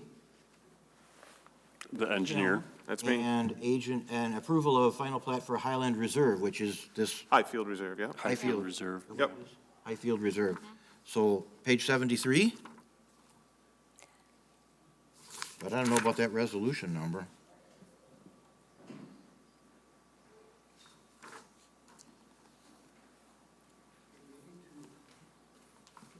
This is it right here, isn't This it? is page 73. Yeah. See, it says go to page 80. But this is all related to it too. Yes, but I just wanted, because we're looking at the overall plan, right? Page 82, which is,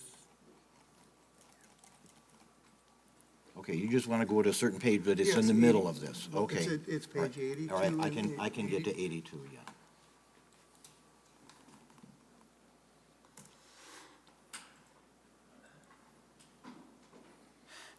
I'll ask a quick question while everyone's getting organized here. Yeah. While looking at your plan, could you clarify what the distinction is between what's labeled as park space and what's labeled as open space?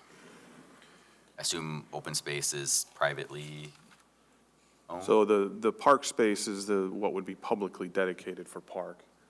Brian, I'm pretty sure that's what the way your graphic is set up.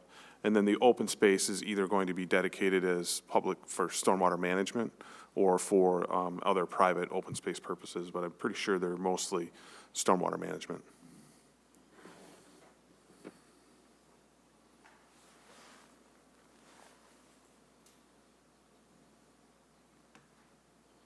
Yeah, I see there's the stormwater management sort of central south, and then there's the one up in the northeast as well. And there's a narrow open space kind of quasi-connecting the two. Is that more or less for conveyance of stormwater? No, that's actually park space also. Yeah, that one, yeah, it's labeled correctly on the plat, but it's not on this drawing here. Sorry about that.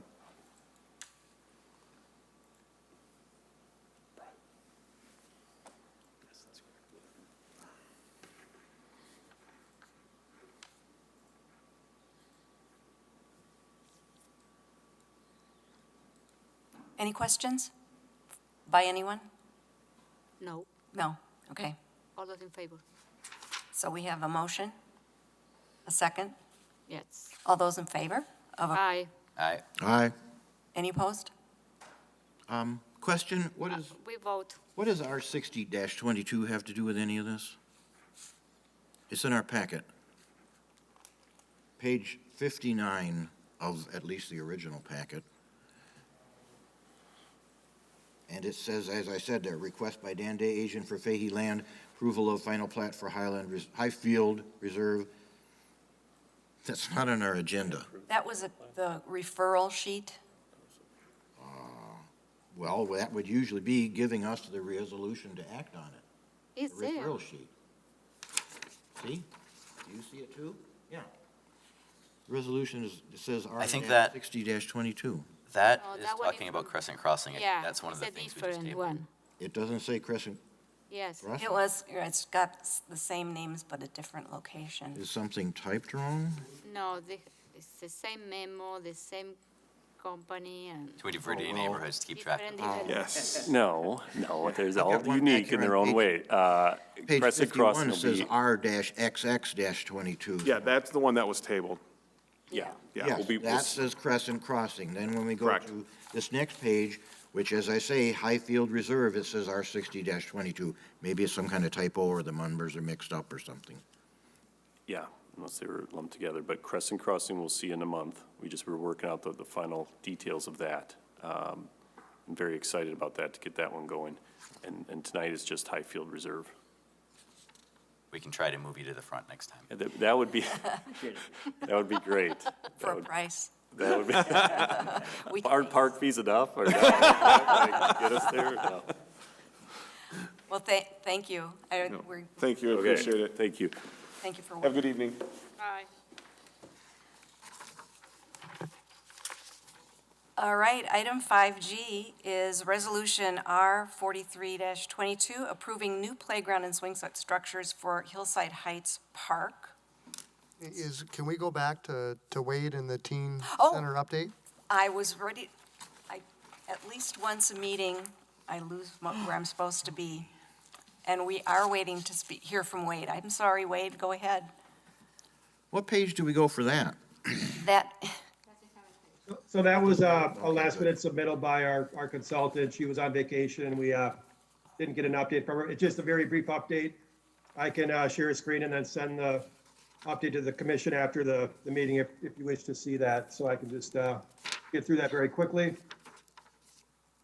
So as folks know, I think, so again, Teen Center is another big project the city is working on. The Teen Center under our Healthy Neighborhoods Initiative in our Verona Road neighborhood. We did contract with a consultant late last year, Equity by Design, who specializes in engagement for these types of projects. They've done a great job so far. Annette Miller is their kind of their head consultant, and she's been a real pleasure to work with. So Annette did give me this brief update, in terms of status, kind of where we've been, where we're going, and I just wanted to give the commission an update on this project. Again, this project is currently under your purview in terms of where it falls in the city. So we started late last year, did some planning and design meetings, and then they took a really unique approach with their engagement. They actually hired student interns. So the idea is this is going to be a facility focused on teens. So let's get teens involved in the planning and the engagement process. So they hired teens from, I believe, the Verona Area School District, and basically put them to work. They did some advertising in December, held an open house, got some feedback there. And then February of this year, they released a survey. I think some of you have probably seen that survey and hopefully filled it out. Currently, they're kind of analyzing that survey. They're working on some focus groups. And then they're ultimately going to do a little bit more in terms of focus groups and then create kind of a draft engagement outline or deliverable. There'll be one more public workshop in May, and then in June, this Equity by Design will present a final report to our council, and I'm sure this body will be part of that presentation process as well. Just quickly, there's some narrative here too. So again, back in December, the team kicked off with an open house. Again, the interns were heavily involved. Basically getting kind of professional level experience with community engagement. Some key values that were identified through this process include diversity, community, celebrating cultures, mental health support, and job workforce development, job training, those kinds of things. They've done a great job engaging with other parts of the community. We talked earlier about corporate, fundraising for the hub. There has been some fundraising by some outside parties. I believe there's a group called the Friends of the Fitchburg Teen Center, and they've been able to raise money again to support this this engagement effort. As we talked about, surveys have been launched. I think really good response rates. We're talking a couple hundred folks, and anytime we do surveys, that may not seem like a lot, but that is a pretty healthy number in terms of responses. And then again, just kind of summing up, heavily engagement has been heavily kind of coordinated by our teen interns. We feel like we've reached a lot of the community, got a lot of feedback. We have some focus groups, yet to come, hosting, teens to, again, get their feedback on what this center should look like. And then again, come May and June, we'll package that final product and present to this body and council. I believe there's a website as well that kind of, tracks all this progress. I can certainly forward that to the commission if desired. But again, I think a great project for the city. We did learn a lot, in the hub process. We're trying to replicate, some of what we learned there with this process, and just building towards that long-term goal of getting a teen center in our Verona Road West neighborhood. So with that, I can take any questions or comments the commission might have. And I will forward that. I'll send that off to the Park Commission, what Wade just presented tomorrow. Heidi has a question. Hey, yeah, two quick questions. One, I was wondering, so I know you'd said it was going to be over in the Verona West area. Was there a specific location decided upon yet? Yes. And, oh, I'm sorry. And the second one was, where were the surveys sent? Or Yes. to whom, I should say. Yeah, to your first question. So the idea here was to really engage the community, get a sense of what this center should look like in terms of amenities and facilities. And then once we have that in hand, the idea would be site location analysis and then, creating a kind of a floor plan for the center. So we don't currently have a site picked out. I think that site will be, again, kind of dependent on the ultimate deliverable in terms of this engagement. But generally speaking, I think we're probably looking in that, again, that Verona Road West neighborhood, which is basically, kind of west of Verona Road to the city's northern and western border. And then probably more specifically, there's that, I forget the name of the road. I think it used to be called the Verona Road Frontage Road. It's kind of that road that parallels Verona Road, where we're getting a nice little cluster of community groups. We have a church over there that's a great community partner. The Catholic Multicultural Center is over there. Little John's, which is a kind of a restaurant group that's doing some creative community facility development over there. They're located over there. So once we get a sense of, again, what this center should be, then we'll kind of move on to where it should be located. To your second question, so there was a website where the survey was posted. We did kind of a media blast, Fitchburg Star, our city TV station, our Park and Rec listserv, which I think is a group of hundreds of people that have signed up for that listserv. Yeah, I have a whole list of folks that we kind of publicize the survey to, and I can certainly dig that up and send to the commission as well. I believe the survey is closed, but I could double check on that. But yeah, I think we kind of went above and beyond our normal outlets for city surveys. So. Any other questions or comments?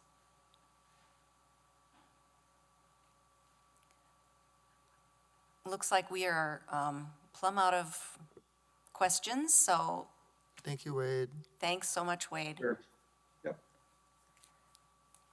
Okay, now I'll get to where I jumped to before. 5G is Resolution R 4322, approving new playground and swing set structures for Hillside Heights Park. And Scott. And this project was included in one of the CIPs.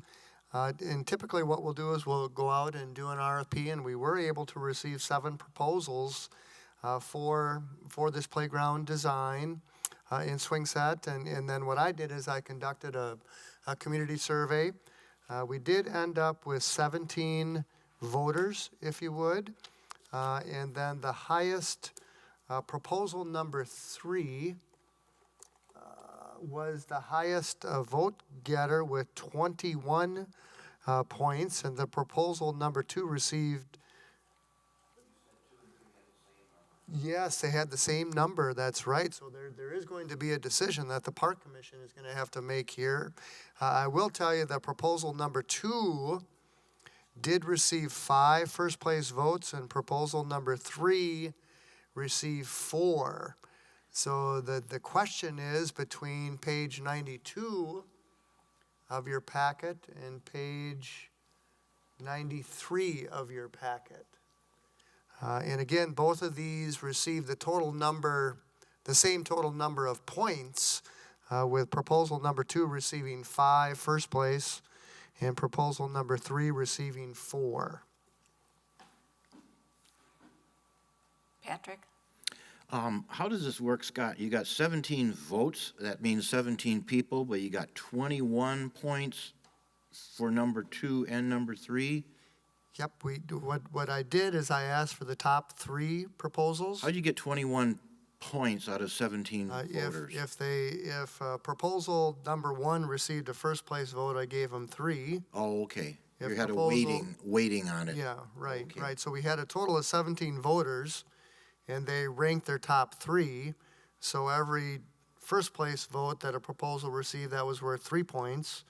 Every second, place, they received 2, and if they were the third ranked, then they received 1. So proposal 2 and 3 each had 21 points, and I guess that's where I referenced where number 2 had 5 first place votes and number 3 had 4, but they ended up with the same total of points with doing that 1, 2, 3 kind of Okay. thing. And as far as all 7 proposals here, just so we can get some numbers down, could you slowly go through how many points did proposal 1 get? How many points for proposal 2? Proposal for Hillside Heights, proposal 1 received 8 points. And as I mentioned, proposal 2 and proposal 3 had 21 each. Proposal 4 had 18. Proposal 5 had 12. Proposal 6 had 1. And proposal 7 had 17.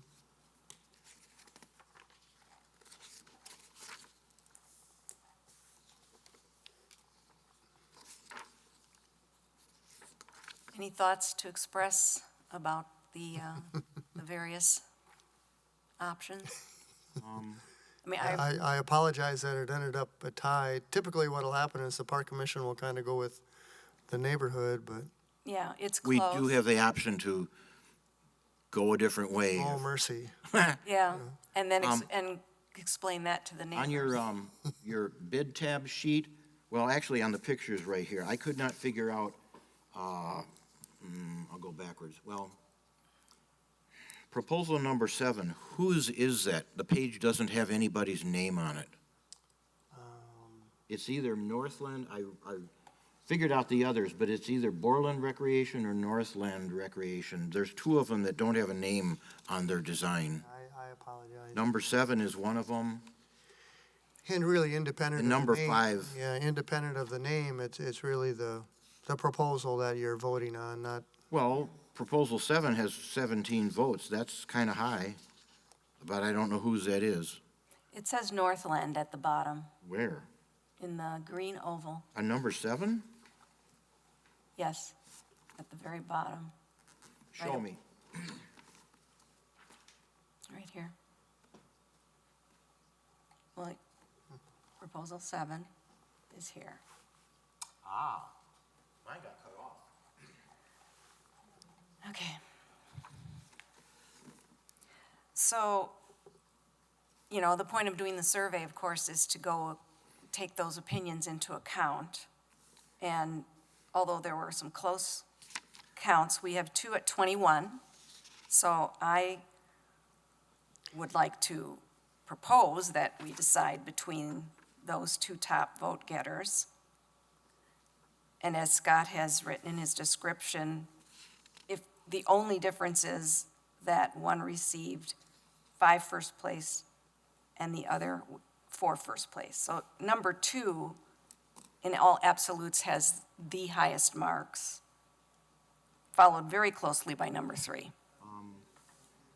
Pardon me? Proposal 5, whose is that? I would agree. I still don't see a name on there. Proposal 5. Can somebody prove if that's Borland?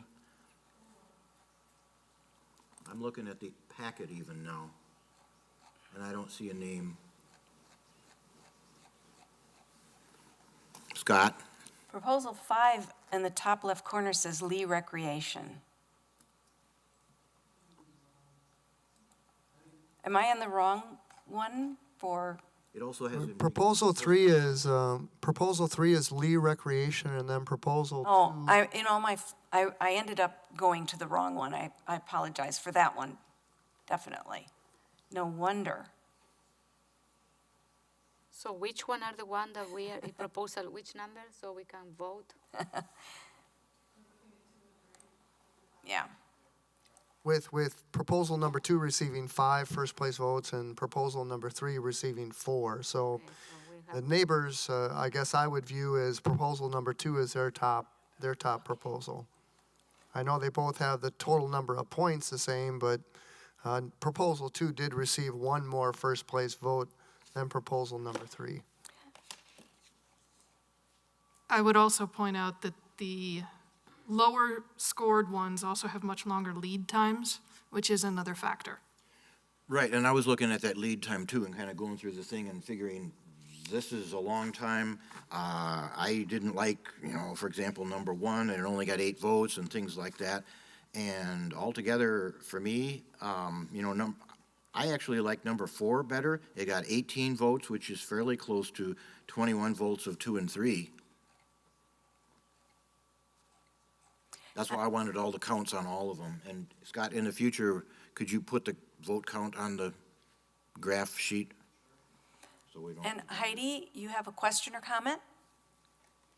I'm wondering if it would be possible to put on the screen the picture with the cost of those 2 proposals. I'm sorry, my computer's glitching right now, and I can't seem to get Zoom and the agenda up. And they both, or all the proposals were working under a $40,000 budget. Proposal number,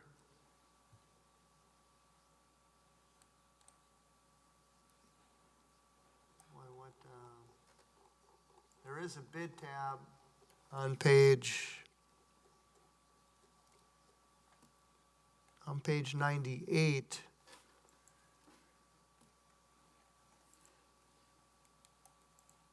But I can confirm that, so is Boland proposal 1? Commercial, yeah, see No, those? they're not in order. Yeah, they're not in order. Could you Yep. do that in order next time too, Scott? Sure, I'll work on that. But at the end, yeah, they all received a $40,000. Right, the Budget. price was all the same. The lead times were quite different on some of them, some really soon and some a long ways out. And then we've got the votes from the neighbors and then our own opinion, decision. So regarding the 2 top vote getters that the neighbors submitted, are those reasonable lead times? Those aren't either of those long lead times? They do seem reasonable. Okay. And it, everything is subject to supply chains and those kinds of things, so, Again, for my opinion, looking at it and considering everything, I like number 4. I'd make a motion to go with option number 2 and follow the respondents of the neighborhood. Yeah, I second Sarah too.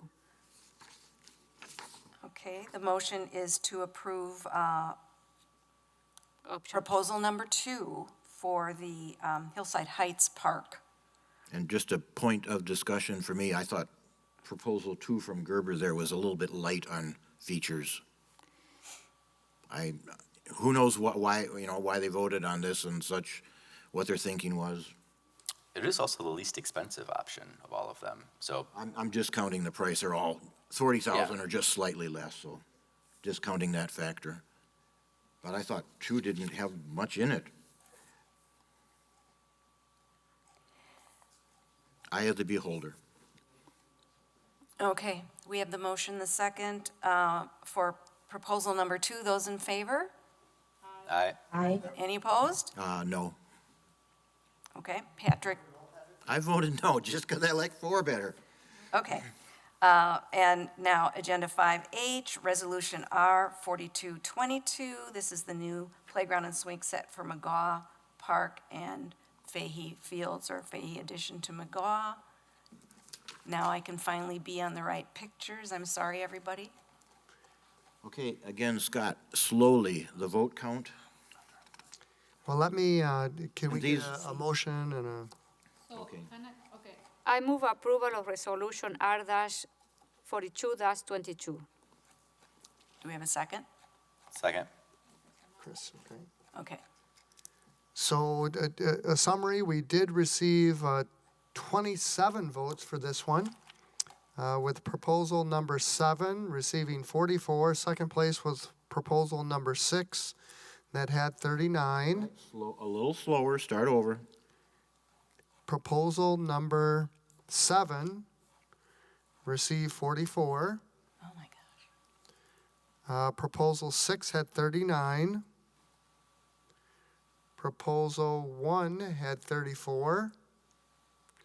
Number 2 had 1. Number 3 had 7.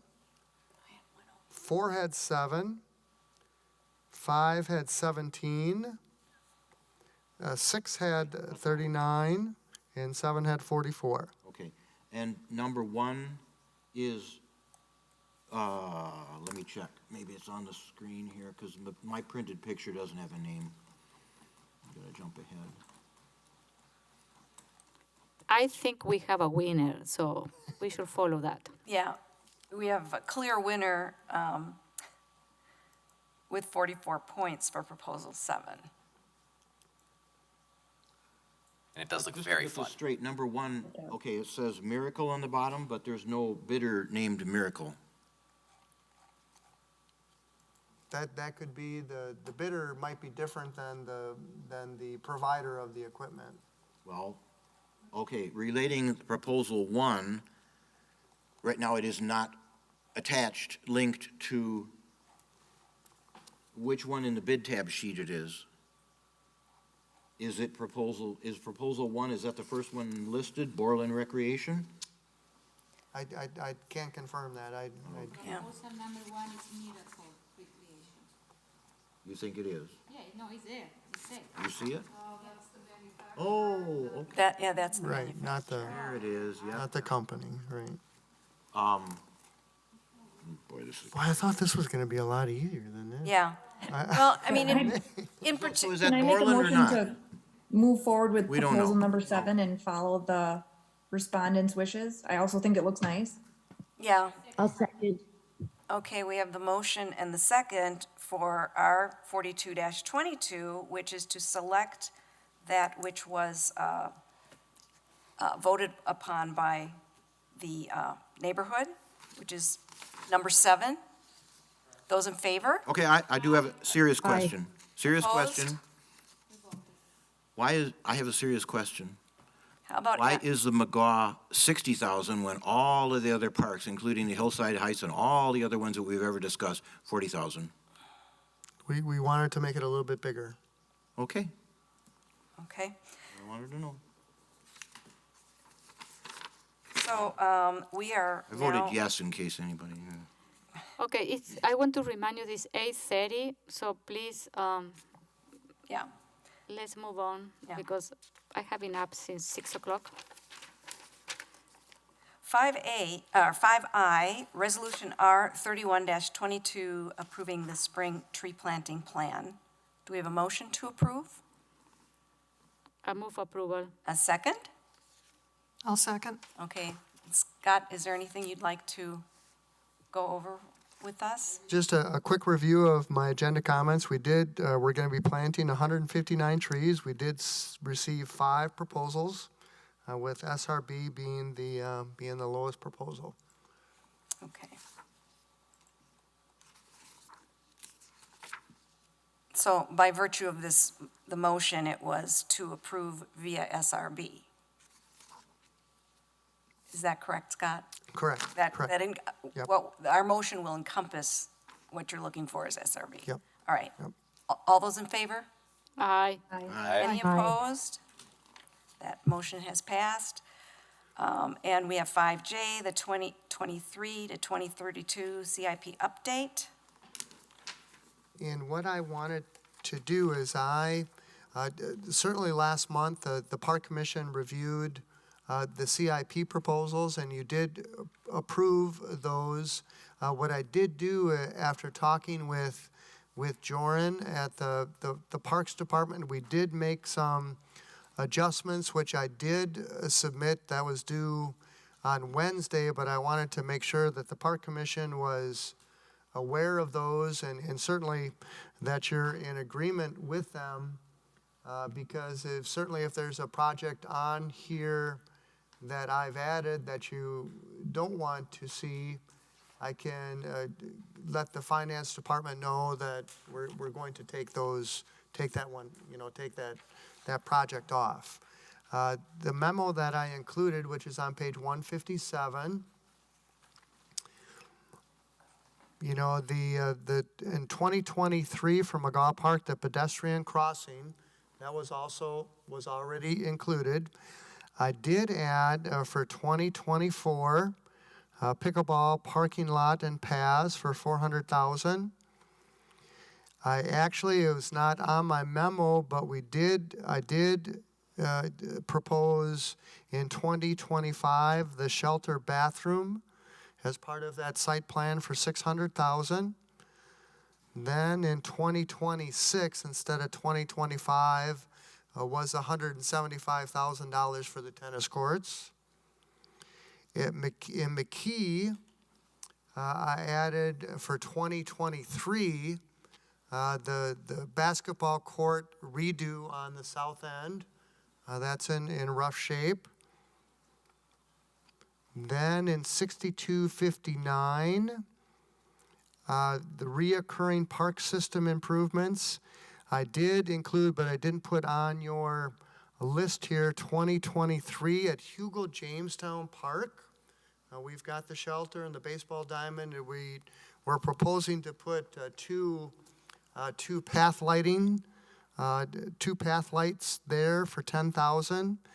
And then in 2025, we've got Chicory Playground, $50,000, 2027, $60,000 for Greenfield, 2028, $60,000. So those will really be placeholders that we'll take a look at again next year. For the CIP Southdale, to Julia's suggestion, for 2023, Park ID and basketball courts to redo those. A playground in 2024 there at Southdale. And then shelter updates in 2025. And then also per the Park Commission's thoughts last time for Terra Vesa, the Egg Park, 2023, I wanted to add a parking lot along with a Park ID sign for $35,000 instead of $30,000. And then 2024, depending on what that park design ends up being, phase 1 will be $250,000, and then phase 2, and actually that should be 2025 instead of 2024 for phase 2 of that plan. And we're still, actually we've received some proposals on that, and we're looking to put an interview team together to get a recommendation to get it to the Park Commission. So I wanted to, and if I could actually have a motion and a second and approval on that, that would be great. Okay, and Heidi, I see, had a question. I'm sure there's going to be a few more, but Heidi, go ahead. I'm wondering, did I hear properly a bathroom for $600,000? Yep, a shelter and bathroom, that's correct. Oh, shelter and bathroom. Yep, shelter and bathroom combination. Oh, yep. Okay, thank Yep. you. Yep, you're welcome. And Patrick? Yeah, I have a strong objection, and I don't think this is acceptable, that you're adding things back into the CIP when we just discussed this last month and approved our final version of this, especially for McGaw Park right here.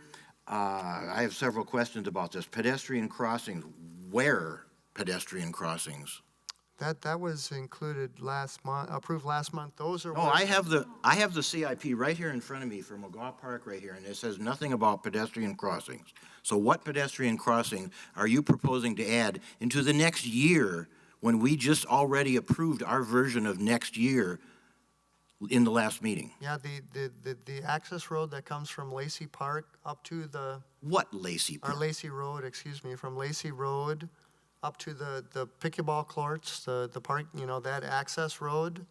There's a couple locations where there's on the east side, there's a path that runs parallel to that road, access road, and then there's like a cutout that goes to the west, and then there's another cutout on the same side of the crossing, so we want to do a raised pedestrian crossing so that we can identify that, and it can kind You of mean double essentially a as speed table? it'll kind of double as a little bit of a speed slow thing, but it will help identify that pedestrian crossing. Why didn't you just paint crosswalk across it and put a couple of signs there for pedestrian crossing? $40,000 for this? Yep, and we talked to the transportation people, and we definitely want to identify it, and like I say, it'll double as a bit of a speed bump, so that, I guess, is what we're proposing. Oh, so you're proposing a speed bumps. They're Well, different. it's going to be a pedestrian crossing that'll be raised, that'll double as a bit of a speed bump as, you know, people kind of come up that access from Lacey up to the park. Go ahead, Julia. I have a question because this is I have the same where, you know, first of all, and then so if these are pedestrian crossings, you know, I agree with Patrick about we can paint, you know, the road, and you know, people can see visually that, you know, they need to cross there, and the car will see that. But if you are asking, this is what I said, $40,000 for two, but then if you are asking to build two a speed bump, I get it, it costs almost $15,000-$20,000 to build each of them. But so this is my question to you: they're going to be a speed bumps, or they're going to be? Because I am okay with a speed bump. I am not okay to spending $40,000 to do some painting of the crossing or whatever. You know what I mean? So It'll be similar to what transportation has done at other intersections, so it'll. I don't get it. Oh gosh, I can't But, yeah, it's a raised crosswalk. On the one hand, you can say it functions as a speed bump, but you also certainly hope that people have slowed down before they've hit the crosswalk. But it does. And it's for the safety of people crossing from the parking lots over to, you know, which are sort of east of the access road. And if they want to go west into any of the facilities there, including the pickleball courts, et cetera. Do I have the location correct, Scott? Well, they would be further to the north. It's not actually at the parking lot. It's No. a connection of one path on one side to a path on the other side. Correct. And I still object to adding this in at this point when we already discussed this for 2023, and I object to $40,000, and I'm saying just paint it, which should be a whole lot less, and maybe that would take care of it. But this idea of adding it in and now not even explaining on here where this is just. All right, well, we're add- talking about it now. The so next that's thing okay. that I want to raise is the pickleball parking lot and pass. Pickleball parking was never suggested as part of the pickleball courts. The mayor, Aaron Richardson, proposed 8 pickleball courts with room for 4 more unlit pickleball courts. He never said anything about a parking lot. So there's got to be either you or Joran or somebody come up with this parking lot. And as I remember, the council unanimously shot down and dropped off the parking lot, and here you are trying to throw it back in again, and I very much object to that. $400,000. The pickleball courts themselves cost a little less than $300,000. That was one of the points when I spoke at the council meeting against it, is it costs more than the pickleball court. Okay, And it was Julia? shot down before, and you're trying to get it back in again. And you also didn't itemize how much is for the parking lot and how much for the pass. The other thing here, the tennis courts, this is the page right here that I have on the CIP for McGaw, and the funding for the tennis courts was removed off of here for 2 years ago, which is originally set for 2024, and you're putting it right back on again. I'd like to, I think they need to be replaced, yeah, so we as staff are recommending that we put Okay. it back into the schedule. Okay, you're saying, if we object to this, you take it back out. I object to all three of these. Okay. We didn't have Julia, proper discussion when we were discussing the CIP. It's too late. Okay, You can't Patrick? add it in. Julia's has some comments. So with this one, I'm going to agree with Pat in one thing. The pickleball parking lot, I remember that the council rejected the parking lot. I will prefer to use those $400,000 to build 4 more pickleball courts instead of putting a parking lot. We have plenty of parking lot. Yes. We don't need parking lot, we need more pickleball courts. So I would prefer to use that money for pickleball courts because the council rejected unanimously the parking lot. So I'm gonna agree with Pat. I was there. I was one of the ones that, rejected that. I will love to see the $400,000 to build more pickleball courts. My opinion. There was always an intention of, if they are popular enough, there's room for 4 more to be added. I would say that this past year, 2021, has proven we do not need an additional parking lot. There's a few people that drive in, some people walk in. The parking lot has never been crowded, does not need a parking lot. Katie, did you have something you were going to mention? Okay. So from here, where do we go from here, Scott? Well, if you wouldn't mind, if you make a motion to say, whatever you wanted to do with this list, and then I'll make that accordingly when I make that correction to the finance I department. make a motion to delete off the 3 items listed for McGaw Park. The rest of them, I'm okay with, unless someone else wants to add those in, I would accept that. So no, I've actually got 4 items for. Well, okay, yeah, you do. Okay, all 4. I want to delete all 4 for right now. I'll second. Okay, I will, okay. My recommendation is to, instead of saying pickleball parking lot, we say pickleball courts. Okay, remove the parking and we add courts. I will keep the tennis court. And the pedestrian crossing, I will call them speed bumps. What about it? I will feel comfortable with that language. So, Can he say raised crosswalk? I'd rather see painted myself. A whole lot cheaper.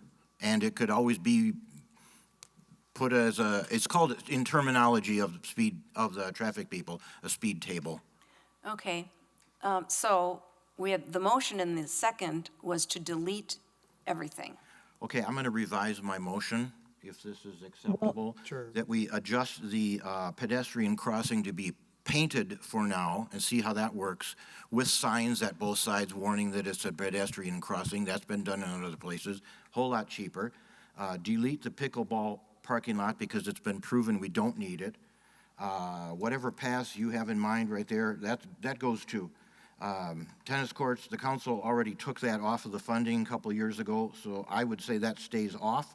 And the shelter and restrooms, we haven't had any time to discuss that or anything, so I delete that right now. And it should be in a proper discussion, not this after the fact, let's jump back in and try and throw in a bunch of things after the conversation is over. That's my motion. See if you can write that up. That's, Okay, so we have a second for his motion. You seconded. Do you accept that? No, I want to second, but I am not going to accept I adjusted my it. motion. Yeah, no, I am not going to accept it. So are you is there a second to Patrick's revised motion? Well, what happened to the original motion that was seconded? Don't we have to do something with that? I before we revised can it, and vote on Julia one? retracted her second. So after I revised it, then it now needs another second to go along with what I said. I was the one who seconded it. Julia didn't. Didn't catch that. Was that a second, Heidi? No, I said No. I was the one who seconded the original motion. Okay. So You don't Julia have a can't second. withdraw my second. Okay, so you don't have a second. Oh, So Heidi, do you second Patrick's revised motion? Well, the original motion didn't go anywhere, so was it voted down and then a new The- motion proposed? The original motion by me was seconded by Julia. No, it was When I seconded No, it by, was it was seconded by seconded by me. Heidi. Oh, it was? Yeah. Oh. Yes. Oh, okay. So let's vote that. Okay, Heidi, do you accept my revised motion since you made the second on the first motion? Yes, I accept the second Okay, motion. then I we're good. second the second motion. All right, so voting on that revision, those in favor, Aye. Aye. opposed? Nay. Nay. So that fails. So what I was I'm starting gonna amend the original proposal that the one presented by Scott, and I will add for my go park improvements, I will add for 2023 raised pedestrian crossings. I will add for 2024 pickable courts and paths. How many pickleball courts? I don't know whatever we can do for 400,000. I don't know, maybe The 4. original 8 cost just under 300,000. Okay. Yeah, they're probably like 40. Yeah, no, we it don't, doesn't yeah, really because Just for matter. with reference. construction costs and everything, who knows how much it's gonna cost the Well, city. the idea when we is to say, build. wait, see how popular it is and add it at some point in the So future. the We idea need is, 16? instead of pickable parking lot, it will be pickable court and path. And I will keep the 2025 tennis court. And was that, Scott, you said you had 4 things? Yeah, the shelter and bathroom also. We don't have it here in our package. No, you're It's right. being added So we'll at just, the last minute. we'll just eliminate that, yeah. that- Okay. Okay, no shelter and restroom for 600,000. That's off, okay. So that, Do you want to leave the tennis courts in, Julia? Yes. Okay. so that is the I would the motion. second that. Sarah has seconded it. And I Any- just asked, so then how many pickleball courts does that mean there will be? Undetermined. Well, but we've got space for 4 is what we've designed it for Yes. 4 additional to the 4. east. No more than 4. No. There was a possibility, if you remember on the original proposal, of having even something else there. An ice skating rink was an idea. I would like to see a tennis court, a full tennis court, a couple of tennis courts put there, because they can be dual striped. Okay, Patrick, We've got a motion. we have a and motion. second. If you want my motion to approve it, you don't approve We're in it. discussion. Okay. Right, I just am curious how many pickleball courts that 4, makes. we can and how many accommodate do we 4 need? in that Yeah. space. 400,000 worth, because until we get a design done, there's no way to know exactly where they'll fit. Yeah. And I You're- wonder, I like, well, Scott mentioned paths in there too, which I think having some better connectivity in there could be good. So I wonder if we should say, if we should word it like pickleball court improvements or pickleball courts and improvements or something. Yeah, to she said give us a pickleball little bit more courts and path. flexibility. Yeah, I say path. There Okay. is already the one main path. I didn't kill the path. Yeah. Yes, we should break out the pickleball, okay, parking lot is out, pickleball courts separate from paths. Okay, No. okay, Patrick, you need to follow the order, okay? This is my amendment, and I should, and this is what I say, it's gonna be raised pedestrian crossing, pickable court and path, and the tennis court. We are voting that. And the only thing that really is going to happen is in 2023 is the pedestrian crossing. Yeah. The other things will come back for additional discussion and design and all, they're just placeholders. Yeah. And Sarah has provided the second. Those in favor? Aye. Aye. Any opposed? No. Nay. Thank you all for voting. We have that.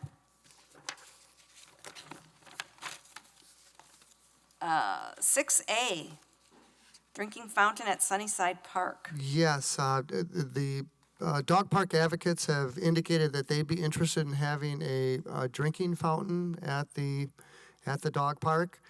They indicated that they would be willing to contribute towards that installation if it was done in 2022. We're estimating that it would cost approximately $35,000 in order to do this in 2022. And before I go ahead and get a referral and a resolution and everything out, which would include a budget amendment for this $35,000, I wanted to get an idea if the Park Commission was in favor of this or not in favor of this. Julia? Yes, my question is, my understanding was that the dog park was, all of the amenity were supposed to be funded by the Friends of the Dog Park, or whatever it is, the group. No. So, Not true. It What? was a combination of Parkland dedication fees and dog park advocate contributions at the beginning, yeah. okay, my question to you is, my second question is, from where the funding are gonna come, from park dedication fee? Park dedication fees, yes. Okay, Yes, along with contributions from the Fitchburg Dog Park Advocates. okay. And Patrick has a question? If this is a community park, because it's a unique dog park, then it's eligible for the whole community funds. Why isn't the city from any park dedication contributing anything towards this drinking fountain? There wouldn't be any city tax done. I don't understand your question. No, first, this is not a community park. Yeah, it no, is. It Is is. it a dog So park? that allows us to use The golf Parkland course and the dedication dog fields. park were added in as a community park because So they're the- unique the- and they're eligible for the big the full the city funding would be a combination of the Fitchburg Dog Park Advocates and the Parkland dedication fees For what? For this? for 35,000. Yep, to do this. Oh, because that's not what you said before. You said dog parks were going to do all this. But I'm asking, would the city contribute any? So you say yes. The city would contribute in partnership with the Fitchburg Dog Park Advocates to come up with the $35,000. Like 50-50 or what? No, I think they're looking at like 7,500 maybe or 8,000 of the 35,000. It's not 35,000. The staff has estimated the cost to be 35,000 for this installation. It says right here, it's a drinking fountain, 3,500. No, No, it's not. It says, Handwell, number 104, item number 104, handwell pump, drinking fountain, pet fountain, 3,500. is that different than, What That- page in the packet is that? that's the dog park estimates from the preliminary construction, and I don't think that's, I mean, that is a document that's old from when it was first, Oh, when it was first built, yeah, Yeah, see, that's all, that's, yeah. that's original stuff. And actually what I wanted to include in there was the page 158, which gave you a drawing of the dog park. And the fountain would be roughly where? It's Or- at the well out in the center of the dog park. It would be in that area where the abandoned well is. It's not an abandoned well. Exactly. Is there a well that can be reused? Yes. Is there electrical that's already out there? No. Why is this No, 35,000? to get electric there and That was 'cause Joran's. there isn't electricity there. Joran was going to propose putting electric in there to get to this well way out in the center, and apparently that's been dropped. The dog park advocates, of which I am a member, proposed from the beginning a hand pump. It doesn't cost $35,000 for a hand pump. What did you do with the electrical from the house that was there? That was all torn out and taken apart. Gone. The other wall was abandoned also before this wall was even developed. Way out of order. We can use solar, isn't it? No. Well, it's a hand pump. It doesn't need electric. That was the dog park's advocate suggested in the beginning, hand pump. Joran threw a big curve in it to say he could get electric to it from out on a streetlight connection.